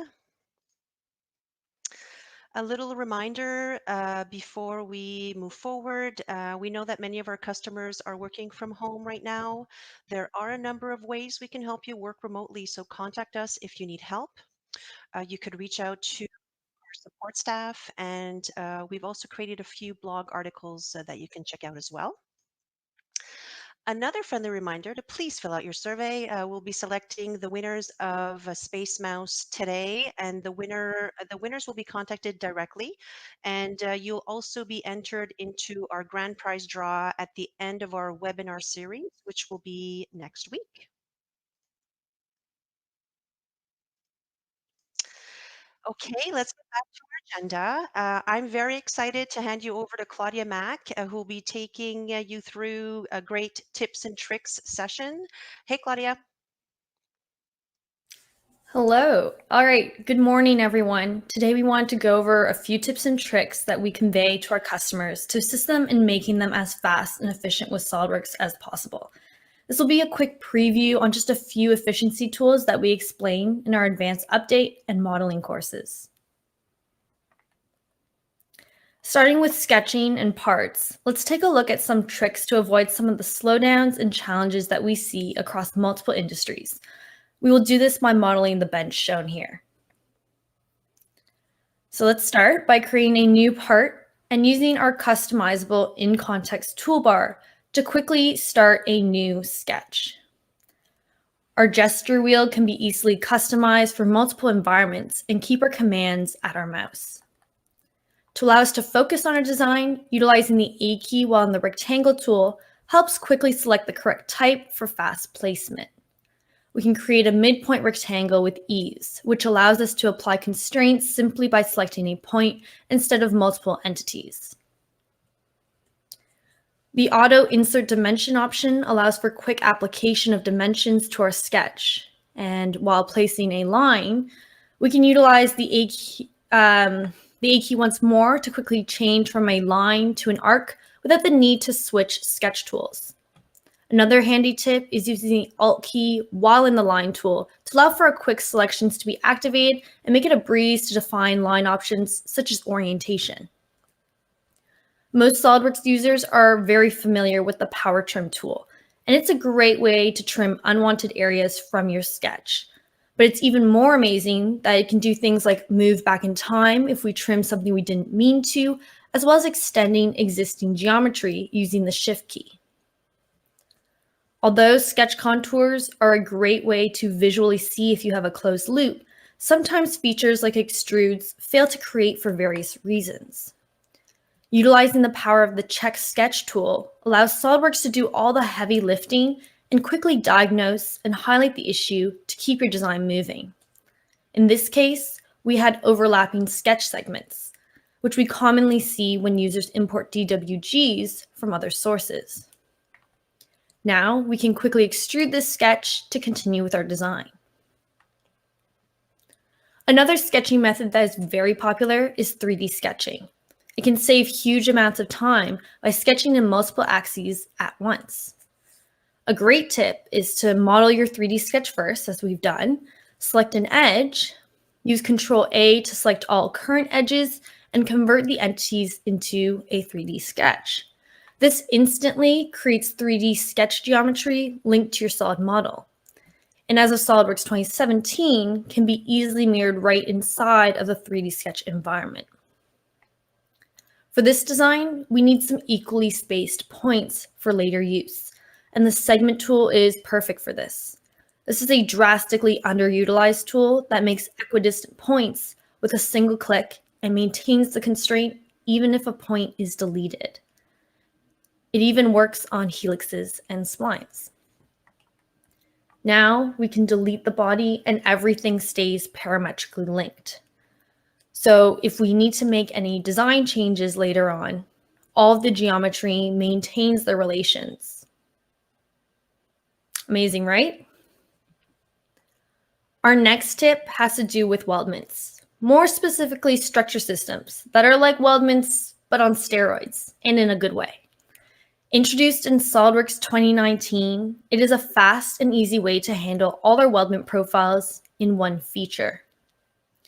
We can create all members by box selecting. No more groups after groups to get it all done. We can also quickly edit which members we want with a couple of clicks. Now what I'm showing is the creation of a welded frame, but remember that Structure Systems, despite the name, is a great tool for anything that has a constant cross-section, and creating custom profiles is a breeze. Now we also have the capability to use more than just lines for members, giving us the flexibility of using points and planes to get the job done. If you want to get fancy, you can also make use of helixes and splines. One of the biggest advantages to structure systems is we can utilize multiple profiles inside of one feature. This would have taken multiple weldment features and trims to achieve traditionally. It's as simple as that. Secondary members can be easily added between existing members, in this case, utilizing our front plane to define the location. And of course, you can change the profile, pierce point, and alignment if you wish. For those of you who are seeing this for the first time, don't worry. We'll take a more in-depth look in our What's New section to come. Once we are done creating our members, Structure System automatically jumps us into our corner management tool. It is an easy way to set trim orders for simple and complex member intersections. We simply select a node and set the trim order and type. This gives us all the same control, but without the need for additional features. Structure Systems really is a one-stop shop for weldment creation. When we are ready, we can mirror appropriate bodies to complete the design, just like with regular weldments. On top of that, we can even mirror whole structure systems, which you will see later in our What's New. Now let's finish off the bench. We'll start a sketch to create the seat, and reusing other sketch data, we can quickly right-click and select a chain of geometry, offset it to our desired size, and extrude it. Now we want to create some holes to secure it to the bench, and of course the best way to do this is with the hole wizard. Many companies only use certain hole sizes that correspond with their inventory of fasteners. And this is where utilizing the hole wizard favorites makes it easy for new and veteran employees. It takes the guesswork out of design. These favorites can also be shared from a central location to make sure everyone is working from the same list. We can now use the same segment tool from earlier to quickly create equal hole spacings without the need to put them in one at a time. And if you are using the same command multiple times as I am, Make use of the pin at the top of the property manager to keep the tool active for continuous use. And now the bench is complete. When it comes to sketching and part modeling efficiency, Javelin has you covered to help you get around any challenges you may be facing with your design objectives. Now moving on to assemblies, we see a lot of our users twirling their assemblies around, trying to mate parts together and struggle with parts from different sources. Let's take a look at some methods of dealing with these challenges. The first thing I want to do is mate this burner to the base of the unit, but the face I want is not visible to me. Normally I might rotate my model or use select other, but there's a faster and easier way directly from the mate command. I can simply use the Alt key to hide faces and get to the surface I am looking for. This tip is definitely a game changer. Sometimes we need to deal with imported geometry from our suppliers or customers to either use or modify for our assembly. In this case, we have an imported burner, and there's a fillet that we would like to modify for easier assembly and manufacturing. Utilizing the power of FeatureWorks, we can selectively recognize the fillet feature through our in-context toolbar, and it becomes fully parametric. Note that this add-in needs to be activated and is included in all levels of SOLIDWORKS. In a couple of clicks, we can even change it to a chamfer and modify the size for easy machining and assembly. Inserting this into our assembly, I want to be able to mate this as easily as possible. And a great way to achieve this is with the component preview window. This was a Javelin-driven enhancement for SOLIDWORKS 2016 and is an incredibly powerful and quick way to get our components mated. We can access the component preview window from our in-context toolbar, and it's going to pop up a separate window that isolates the component and allows us to independently interrogate it. Now we can easily mate it in place without the need to rotate the entire assembly or using select other. Also, the Quick Mates context toolbar brings standard and even some advanced and mechanical mates right to your cursor for easy access. I've chosen to use a concentric mate and then a coincident mate to highlight that despite not being able to see the part in my assembly window, I was easily able to continue mating it. However, a profile center mate is the most efficient to mate the two edges at once. For aligning the holes in the part, I can sync the windows and change the state of the preview part in the main assembly, in this case to hidden, to give me the maximum flexibility when using this tool. Note that these additional options were a SOLIDWORKS 2019 enhancement. The last approach we're going to look at is the peg and hole approach that we can apply by dragging our part or subassembly into our assembly window. We can open our part, and by grabbing the edge and dragging it into our main assembly, SOLIDWORKS automatically looks for mates to apply. So what we'll see is that at our cursor, the peg and hole mate will be applied, which actually applies two mates at once. So that would be a concentric mate and a coincident mate as we drag that in one go. We can also flip our alignment by either hitting the tab on our keyboard or after mating using breadcrumbs and right-clicking the mate to flip. Now you may have noticed this burner, we don't have any holes pre-drilled for alignment. In this case, we can utilize existing hole geometry on our burner to create holes in the main base and even automatically add fastener stack-ups. The tool we'll use is called Hole Series and is an assembly level feature. Now, if you don't know where to find this feature, pressing the W key activates the command search so you can avoid searching through menus and stay focused on your design. We can select existing holes to utilize and specify what surface to go up to. This will propagate the holes into the stove base at the part level. We can easily place fasteners and customize the stack up by changing the fastener type and adding washers and hex nuts. These will all auto-size to the hole and are fully parametric. So if the holes or threads change, so does the corresponding fastener. Hole series can also be used for holes through multiple parts where pilot and clearance holes may be needed. These are just a few ways that we can put our assemblies together faster and easier with SOLIDWORKS. The last section I would like to go over is drawings. We want to be able to get our documentation done as quickly and accurately as possible while adhering to company standards to get our design out the door. Let's take a look at some tricks for detailing. Before I even get to the drawing stage, I may want to change my assembly structure to match my manufacturing process. Let's see how we can do this by navigating to our feature tree and using a quick Shift-C to minimize it. We can grab parts and subassemblies that may need to be put together into an additional assembly and simply right-click and create subassembly. The existing mates between parts stay intact and will be found in the mate folder of the new subassembly. In this case, the base, lid, and mounting components will be assembled first, and I want that reflected in my assembly. This new subassembly can now be detailed separately and have its own bill of materials.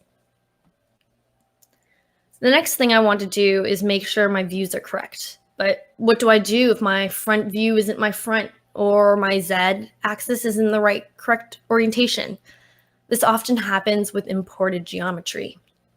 So to correct this, I'll orient my assembly, and then using the space bar, I can quickly pop up my view selector and use the Update Standard Views option to set my views in the correct orientation. This instantly updates all my views, and that looks a lot better. So this will streamline the detailing process. So when I go to start a new drawing, we'll see that all of our views in the view palette have updated and are ready for use. Now we can quickly drag them in. And during placement, I can hold Control on a projected view to break the alignment, like for this isometric view. Using our customizable in-context toolbar, we can quickly create a BOM for this assembly and set its properties. In this case, we'll use an indented BOM, make sure all our text is uppercase as per company standards, and place it in our drawing. We can see the subassembly structure that we created from before is reflected in the numbering and adjust any columns as needed. If our table is misaligned with our drawing template, we could utilize anchor points or simply use the Alt key to click anywhere in our table and drag it into position quickly. This also applies to drawing views. So for large or overlapping drawing views, we can reposition them easily instead of finding the boundary of the view to do it. Once again, our in-context toolbar comes in handy so we can quickly leverage the auto balloon tool, and our drawing is complete. We want to make sure you can get your designs to the shop floor as quickly as possible. And mastering the detailing process is a great way to achieve that.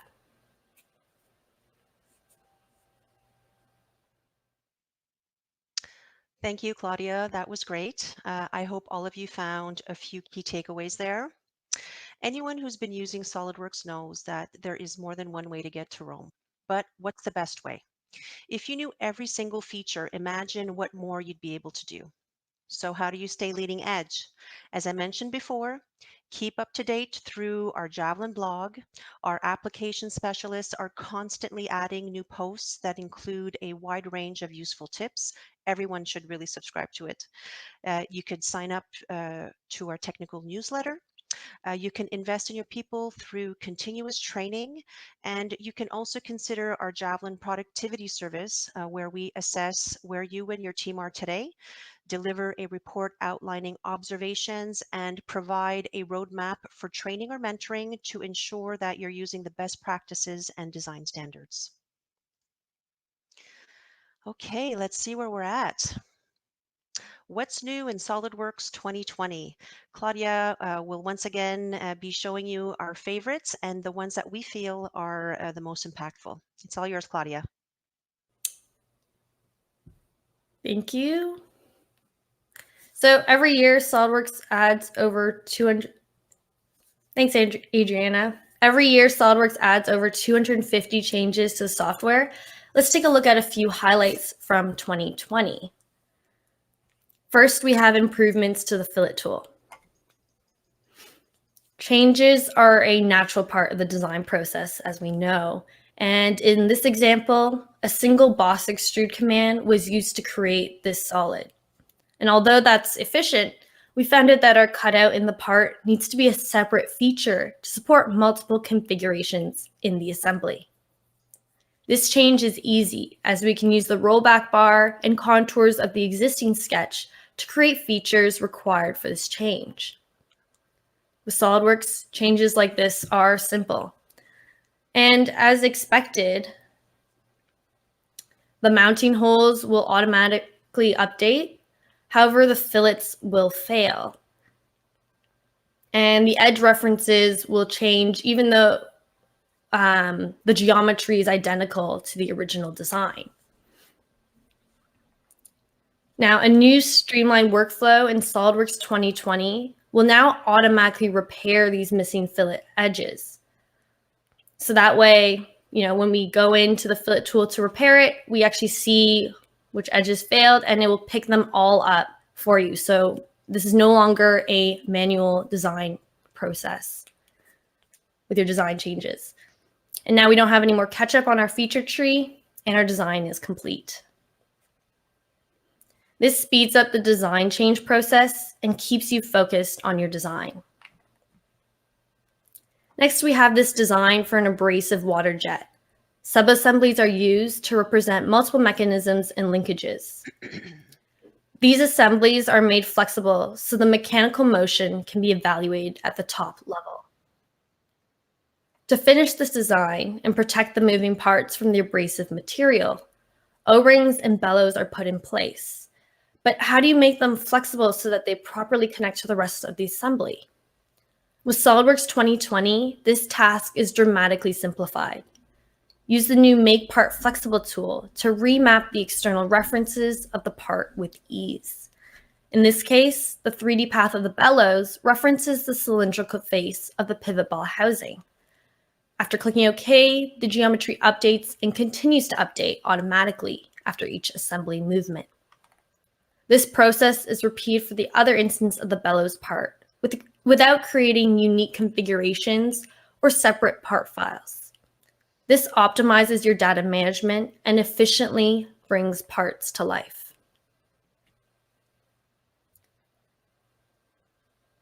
Whether it be living hinges, bellows, springs, cables, and beyond, use the new Make Part Flexible with SolidWorks 2020 to improve how you visualize and validate your next assembly. SolidWorks 2020 removes a lot of the frustration when offsetting surfaces. This cover design needs more clearance for internal components. The offset tool will work here. In SolidWorks 2020, faces that can't be offset the desired amount are automatically identified and highlighted in the tree. You can view and remove the failing faces to build the remaining geometry all at once. This streamlined workflow simplifies the process of creating offset surfaces, saving you time when creating complex geometry. No more troubleshooting individual faces to complete your design. From here, SolidWorks' powerful surfacing tools make it easy to clean up the remaining surfaces and create a design that can be injection molded. To finish the design, we can use a surface thicken to create a constant wall thickness part. New in SolidWorks 2020, you have the option to thicken the surface equally in both directions, giving you more options to simplify part modeling. Our finished design looks great, meets our design requirements, and is ready to be manufactured. Now you can feel confident when working with imported surface data or offsetting existing geometry. We see an increasing number of our customers detailing every component in their CAD models for more robust BOMs and designs. Assembly patterns provide an efficient way to add multiple copies of components to your assemblies. SOLIDWORKS 2020 introduces new enhancements to these productivity features. We want to quickly complete the detailed design of this rail assembly so we can get it out to manufacturing as soon as possible. Pattern-driven component patterns are powerful, allowing you to leverage part-level features to drive the placement of components at the assembly level. Now they're even more intelligent in that they understand the orientation of whole wizard features that are created with 3D sketches on multiple faces. This means a single pattern can now be used to copy the associated fasteners without the need to skip instances or use multiple patterns. That was easy. Often, our designs need to accommodate the needs of other design teams, suppliers, or customers. Linear and circular component patterns are now more flexible by allowing you to modify each component instance within the pattern.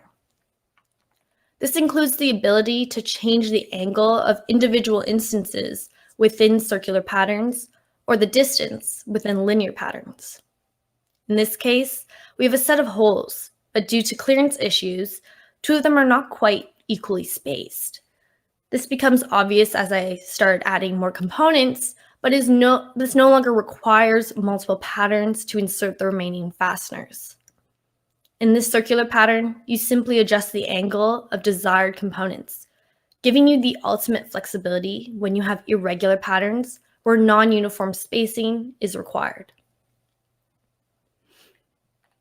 All right, all done, right? Well, almost. Finally, to complete this design, we'll mirror this subassembly by the right plane. I easily access this command using the S key, which opened up my customized toolbar. In the command, the option to change the orientation is now easier to understand with quick access buttons within the property manager.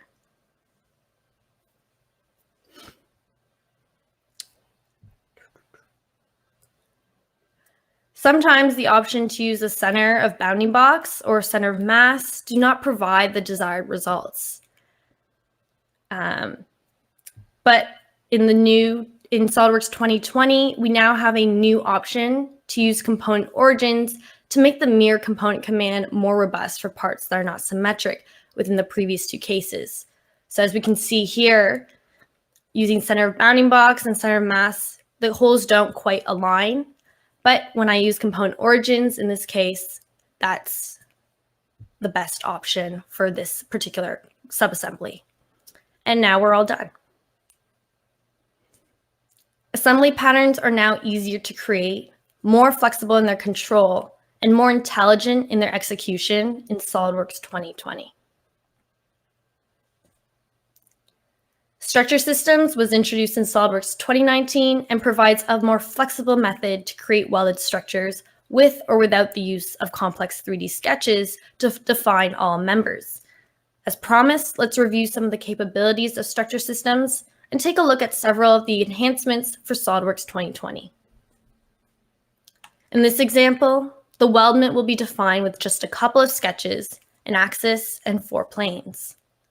Primary members can be added in a variety of ways, but now in SOLIDWORKS 2020, the point and length member definitions have new options. Members can now be created between pairs of sketch points or chained together to create a series of members along a chain of points. The new up to point option allows you to create members that all converge at a single reference point. And the new up to plane option creates members that terminate at a selected plane.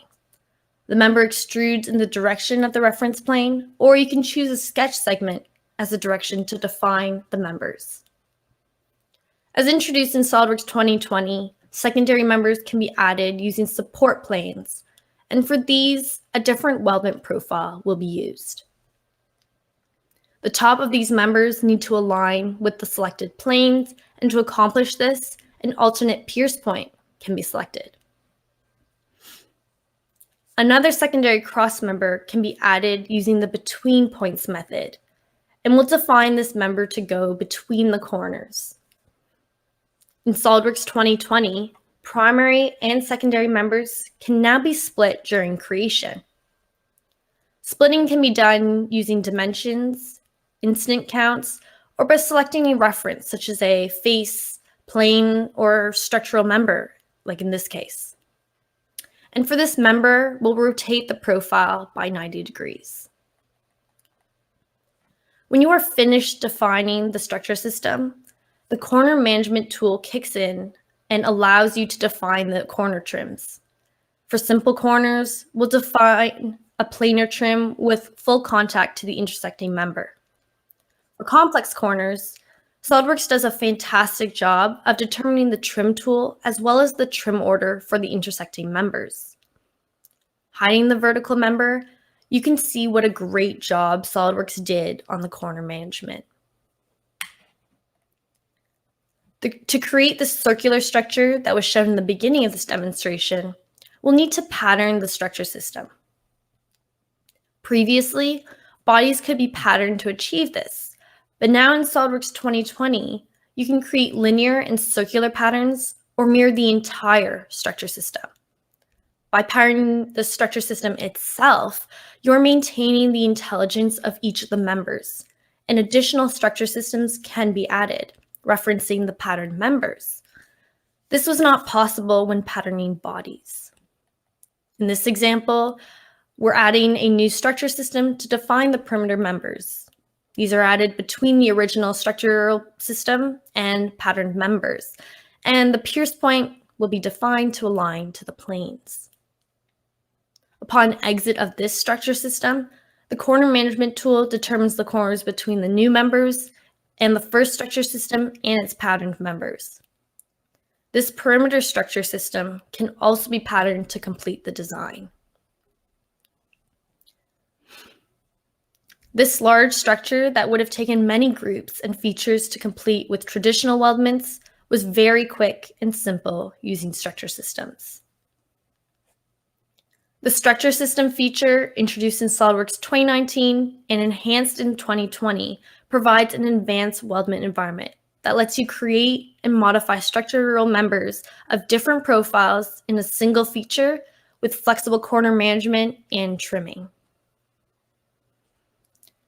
Now a few simulation highlights. Instead of having all our parts meshed with either draft or high quality elements, now in SOLIDWORKS 2020, we can mix them. This ensures that our mesh has detail where we need it and can run faster where less detail is required. Our simulation feature tree can get quite long, but now we can use a quick Shift-C to collapse the entire tree. And finally, the new simulation evaluator provides a quick sanity check to ensure an optimal setup for successful simulation, checking things like storage capacity, materials, and mesh volume.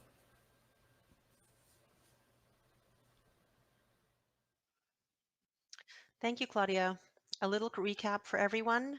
SOLIDWORKS 2020 allows you to design faster. You can design more complex projects without navigating complex features or processes. And as we put more and more data into our designs and models, it's important to ensure that more people can leverage that data downstream. Some advice when upgrading.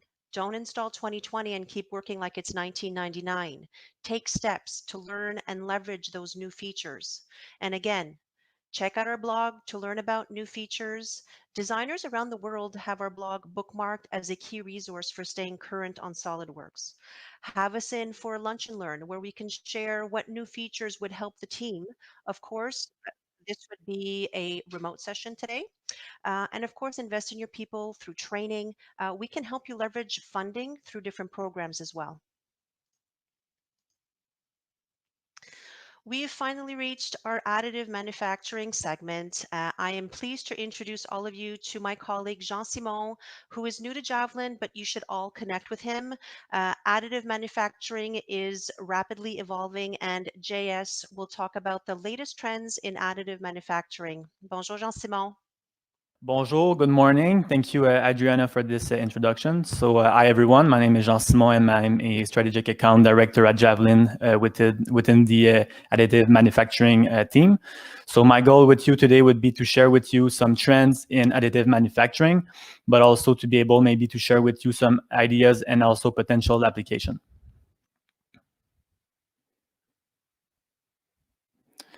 So just maybe to give you our additive background. So as some of you know, Javelin has been for forever in 3D design, but at the same time, Javelin was also offering different additive manufacturing solution. Some of you might have seen also Symmetrics. So Symmetric has been forever in additive manufacturing, and the company decided to form one powerhouse to combine for more than 55 years of experience in solution experience. So in terms of additive manufacturing, we combine for more than 30 years of experience. And our focus is really on finding innovative applications of the technology to drive the development of new capabilities. So how do we help our clients? So for us, it's really simple. It's by being partner with them that we're able to achieve that and to really help them. So we are partnering with innovation leaders to adopt 3D printing, and we are able to help our clients from hardware. For example, we are offering more than 20 printers with different kind of budget and different kind of applications to be able to help our clients. We are also offering different software that are easy to learn and that are really powerful as well. We're also able to help with our expertise. So we are able to help by building some custom tailored solution for unique application and for what our clients are really looking at. And also we have a great team with a great expertise in different fields. So that's how we are able to add value to what we're doing. So in terms of our partners and our supplier partners and services, so our flagship partner is Stratasys for plastic printing. We also represent Desktop Metal and Exact Metal for economical office-friendly metal printing.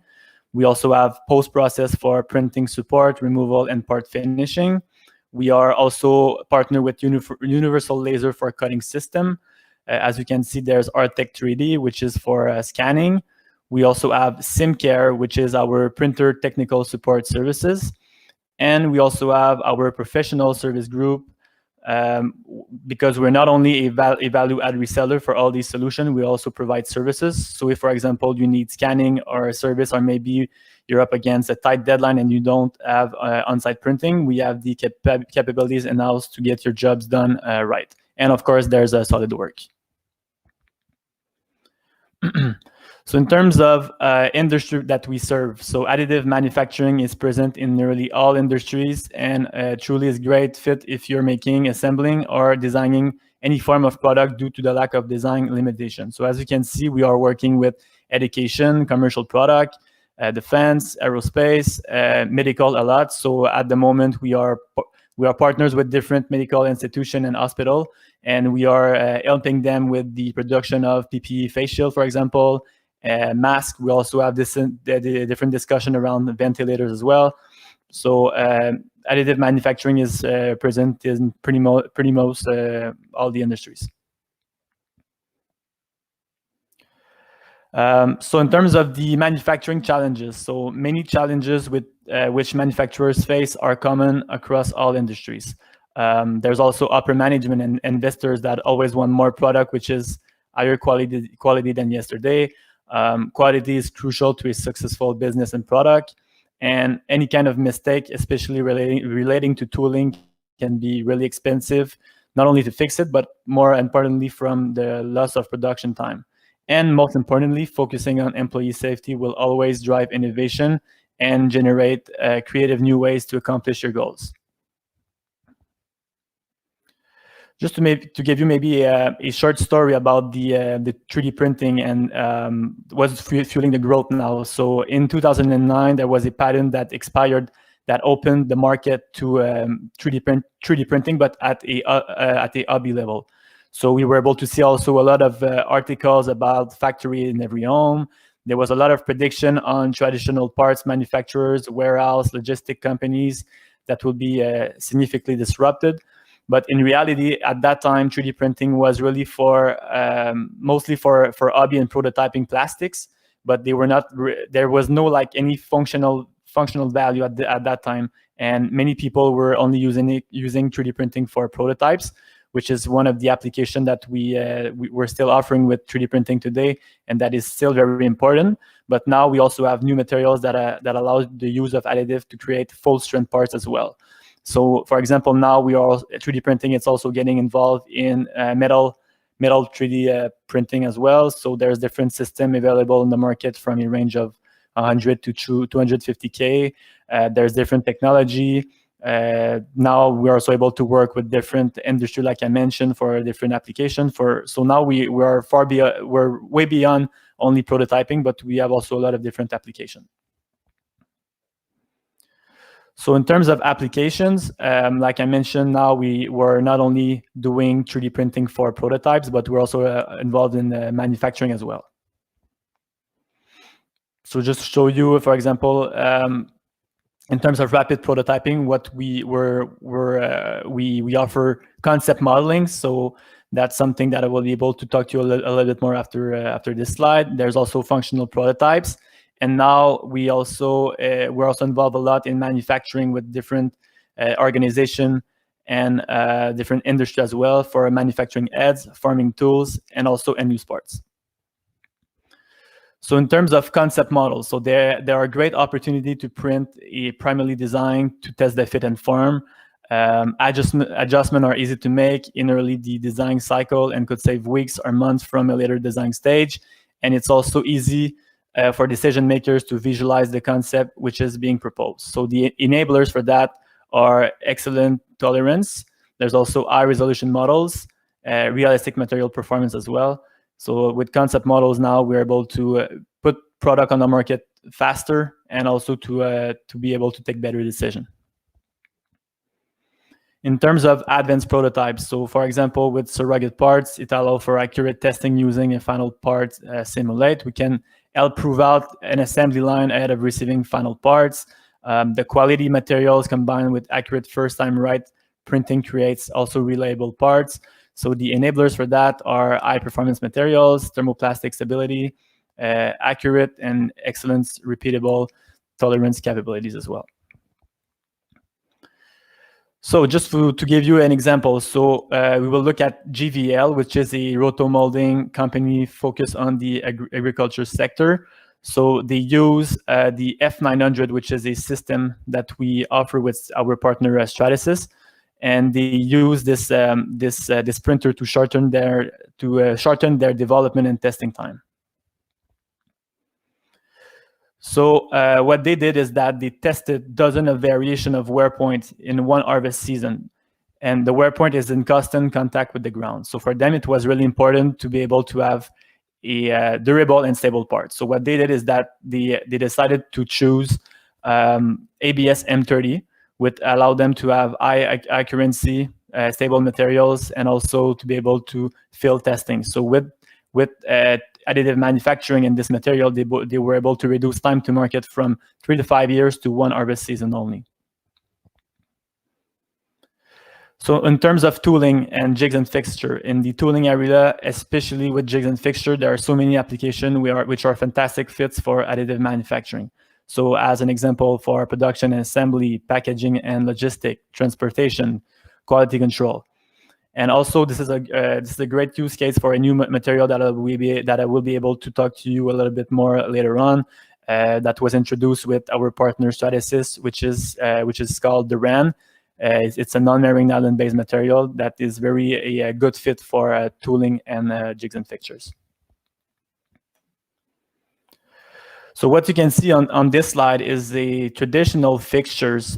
So this is a very complicated build for the tooling shop, and it requires special capabilities such as an aluminum welder, complex angle cuts, and accurate locating over multiple assembled and welded pieces. So the material they were using was aluminum. It was quite heavy, and they were facing a lot of different challenges at that time. So this slide is to show you what we call in the additive manufacturing world DFAM. So DFAM means design for additive manufacturing. So it allows us to, for example, modify a part to be sure that it will be suited for additive manufacturing, and where we will be able to, for example, optimize the cost of production, the time of production, and to make sure that this part will be resistant enough for the additive manufacturing world and for 3D printing. So that's what we did in that case. So what you see now, it's a fixture that was 3D printed and within the additive manufacturing process. So now we have a extremely lightweight fixture which is still strong enough to accurately move parts, and the design is kept clean by routing pneumatic hoses through the structure. So we were able to have a great result with that.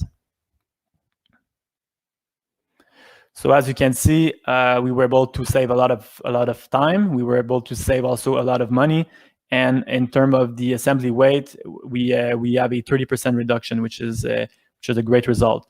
So this is one of many case study where using additive manufacturing not only can reduce the cost of the fixture, but also drastically reduce the weight allowing.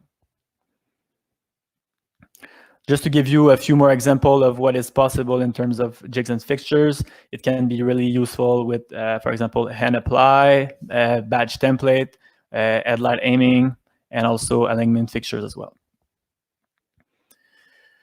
To keep going with toolings, so with jigs and fixtures, for surrogate parts as well, it's something that is really useful. So surrogate parts can help build up an assembly line or be used to ensure proper programming of CNC machine prior to cutting and expensive forging, or checking for spindle crashes as well. So in terms of tooling and fabrication, so it's a great bridge to tooling. So for example, it can be really useful for sand casting, for injection molding, pulp mold dies, tooling masters and patterns, and also many more. So they are a great opportunity to build a tool while waiting for a final metal design, for example.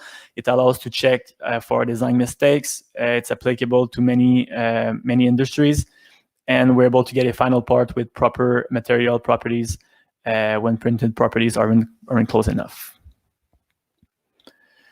So on this slide, what you're seeing is a Ultem plastic that was 3D printed, and this is one of the material that we are offering with our partner Stratasys. So Ultem plastic is a material that is resistant to autoclave and also stable and capable of being used for composite molds. So this is something that is really useful, for example, in different industry. So one that comes to my mind is the aerospace industry. That is something that we are really that is really useful, and that we're working a lot with.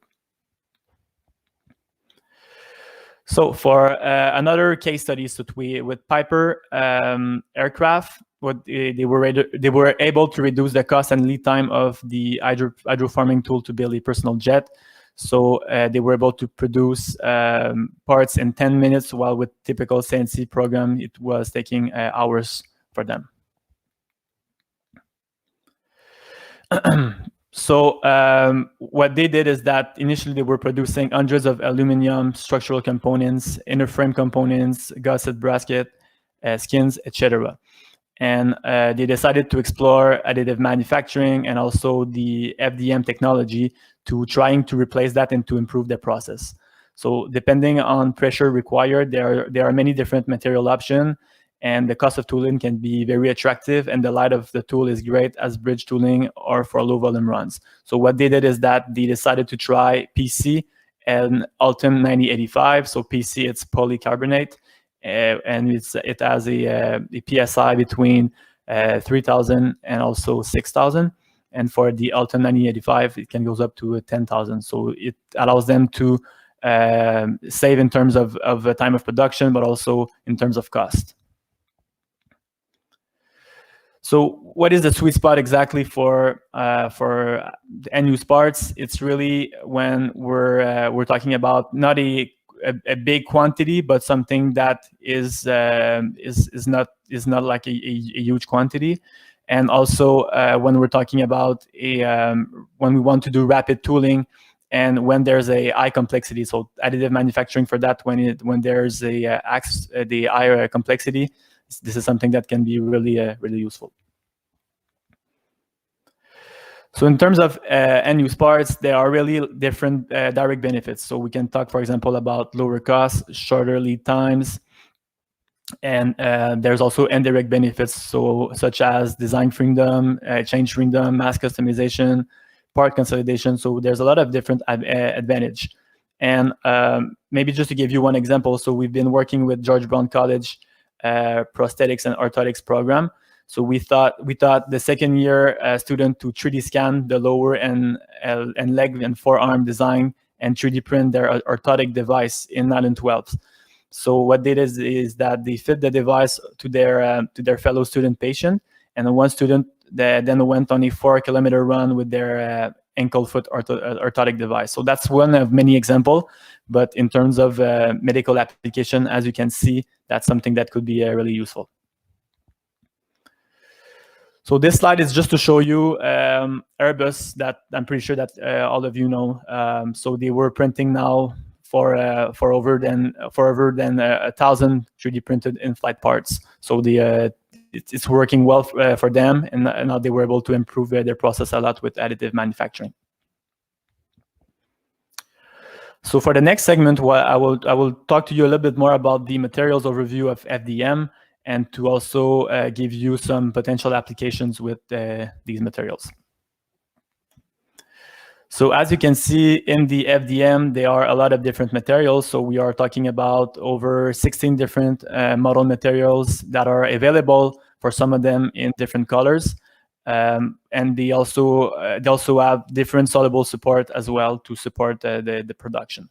So as you can see in orange, this is what we call the standard material in the FDM technology. So as you can see, there's, for example, ABS Plus, ABS M30. There's ABS M30i, which is a ABS that can be sterilized, and that we're using a lot for a different medical application. They are ABS ESD7, ASA, which is also a material that can be resistant to UV light, TPU, and also the RAN that I will be able to talk to you a little bit more about them later on.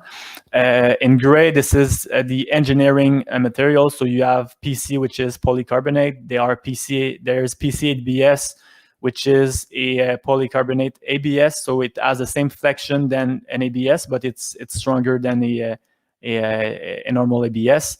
There's the PC ISO, which is a biocompatible material, and there's the FDM nylon 12, where I will be able to talk to you a little bit more later on. And finally, in yellow, this is the high performance thermoplastics. So there's the Ultim 1010 with the highest heat resistance. There's the Ultim 9085 that is really useful for different kind of application, but it also has the AICS certification for aerospace, for aircraft interior certified solution. There's the Entero, which is a material with high chemical resistance. There's the nylon 12 CF, and FDM nylon 6 and ST130.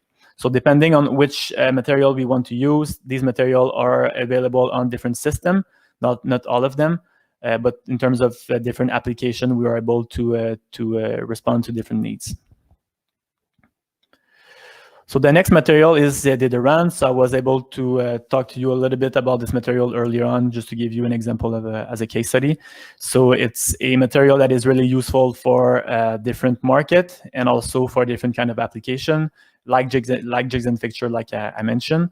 So this material is available on the F370 of Stratasys. So we'll be able to talk to you a little bit more about this printer later on.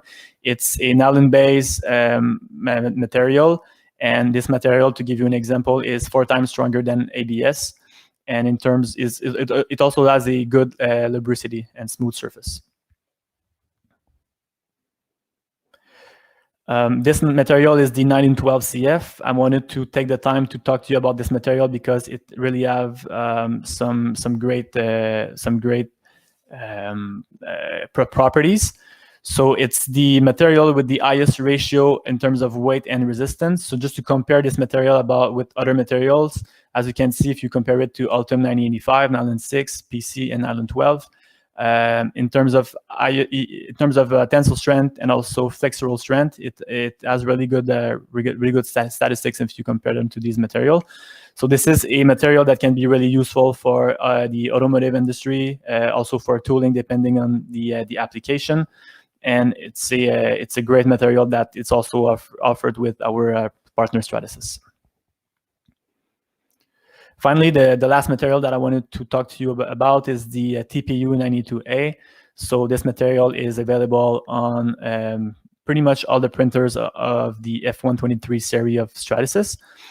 So this is a material that is really useful for different kind of application. And this material is an elastomer, so it's able to resist to a lot of contact and a lot of shock, and also it's in elastomer, like I mentioned, so it has a great capabilities in terms of flexion. So just to give you an example about the potential applications, so in the automotive industry, it's something that can be really useful for pedals, for example, in terms of also components of an intake. That's something that can be also useful. So this is a great material that can provide different benefits in terms of application. So for the next segment, I want to take the time to talk to you a little bit more about the technology that we're offering at Javelin. So the first one is FDM. So the material that we are using is thermoplastics. So this is under our partner Stratasys.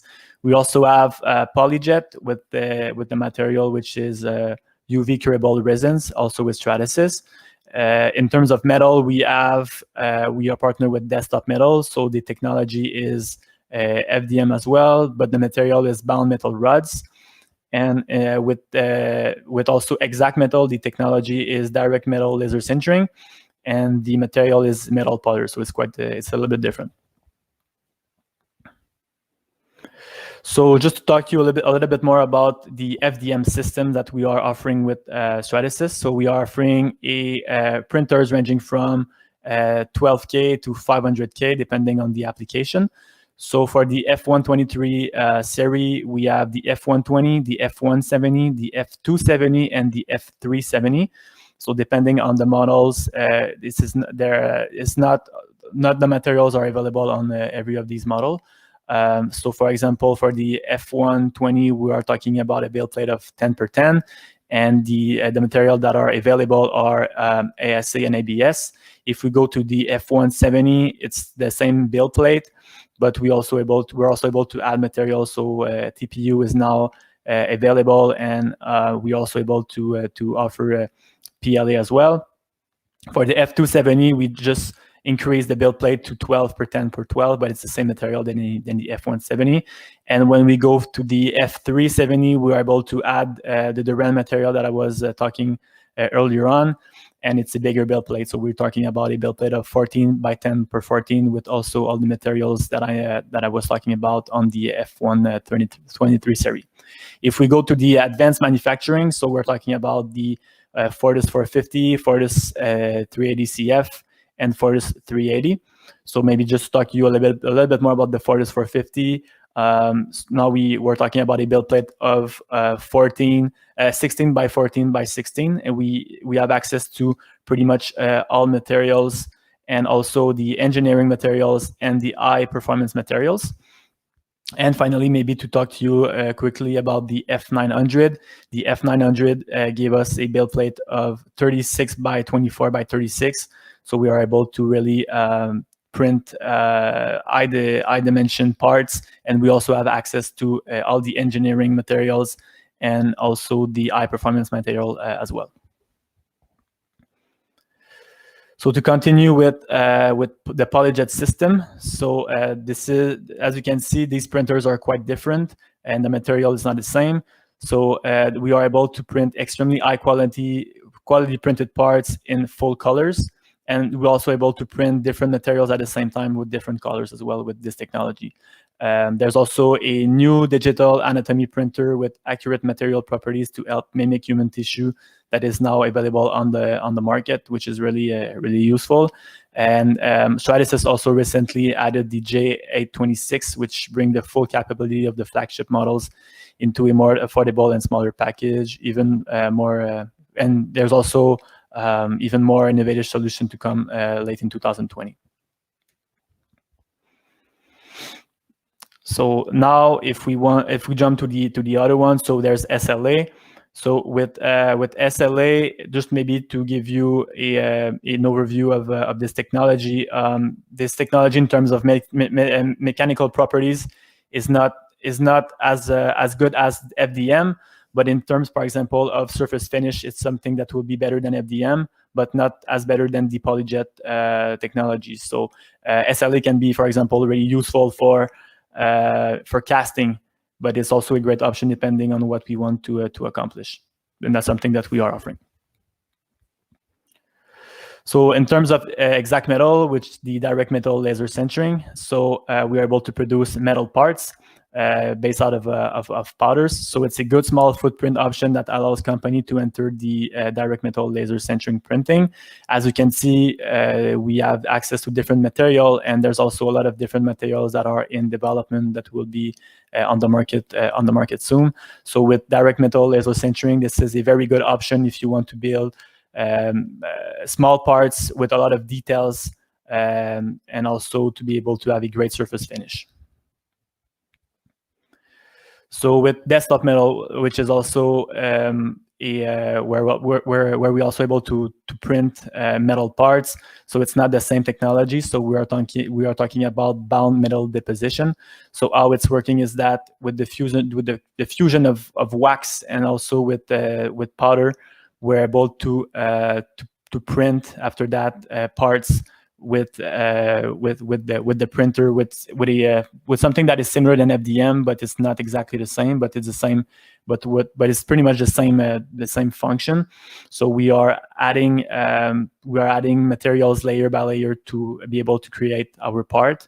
So the process is also quite different. So we need, for example, to print first, then we need to be sure that the part will be the binding, and then after that sintering to be sure that it will be resistant and strong enough. So like I mentioned earlier on, we are also partner with post-process. So it's a good fit for a multiple printer solution. So depending on what we want to use as a technology and what kind of parts we're printing, it's not only good for FDM or PolyJet, but it's also something that can be really useful with different kind of materials and application. So it uses intelligent technology-based part cleaning on pre-made recipes. And it allows us, for example, to save a lot of time and to have a better surface finish using these different products that post-process had put in place. So for example, if you're looking at the 40, this is something that can be really useful for FDM, SLA, and PolyJet. For the Raider, that's something that can be good for SLS, FDM, SLA, and also PolyJet. And for the DC Duo, this is something that is also really good for SLA and SLS. So it depends on what we want to do and the kind of application. In terms of 3D scanning, so as I mentioned earlier, we also partner with Artec on that. So we offer different kind of scanner depending on the application and what we want to scan. And these scanner can be really useful for also reverse engineering. So we have the Space Spotter, the EVA, the Leo, and also the Micro. So for just maybe to give you an example, if you want to scan a full car, for example, the best option for you might be the EVA, which is a great a great product to scan maybe larger surface than the Space Spider. But if you want to only scan an intake, the Space Spider might be a good option for that. So it always depends on what you want to scan, and we do have a different solution that are able to respond to different kind of needs. Also, maybe to talk to you about the Leo. In terms of resolution and the surface that we are able to print to scan with this scanner, it's something similar than the EVA, but it can go a little bit also bigger than that. And what's really interesting with the Leo is that we don't need to plug the scanner with the computer, for example, but you have access directly with the screen that you're able to see on the slide on the Leo to what you're scanning. So this is a great addition that Artec put on the market a few months ago. And finally, with the Micro, if you want to scan something that is really, really small, that would be a really good fit, and we'll be able to answer to your needs about that. So in terms of application, scanning can be really useful for different kind of application and also different market. So it can be, for example, really useful for industrial design, healthcare, 3D scanning, forensic, entertainment, fashion and design, and also many more. So Javelin has worked with companies to ensure their success with scanning and to provide also scanning services to support them. So with the application and also with Artec, so why we decided to be partnered with them is that we're able to scan a broad range of objects with Arcade Scanner, so it's very versatile. Also, we are able to scan high frame rate capture. It's highly accurate fuse models as well. No requirements for consumable card targets. So there's a lot of different scanners on the industry that required, for example, to have targets to be able to print the parts. So it's more complicated and it also takes more time. There's also most options can also be battery powered, and we can combine multiple scanners to get an extremely accurate section of on a larger part. So that's why we decided to partner with Artec, because we're able to achieve different kind of application, and depending on what we want to scan, we were able to have a solution for that. And also, maybe the one last thing, the software also really easy to use, and it's really user friendly and easy to learn at the same time. Thank you for listening. Thank you, JS. That was a very informative look at additive manufacturing trends and use cases. Reach out to us to learn more about the many options available to you. And that's a wrap. I'd like to thank my colleagues, Colin, Claudia, and JS for doing a fantastic job. Also working hard in the background to make sure everything ran smoothly today was Scott Ellery. Thank you to him as well. And of course, thank you for joining us today. We hope you found the information valuable and helpful. Last reminder, fill out the survey. Have a good rest of the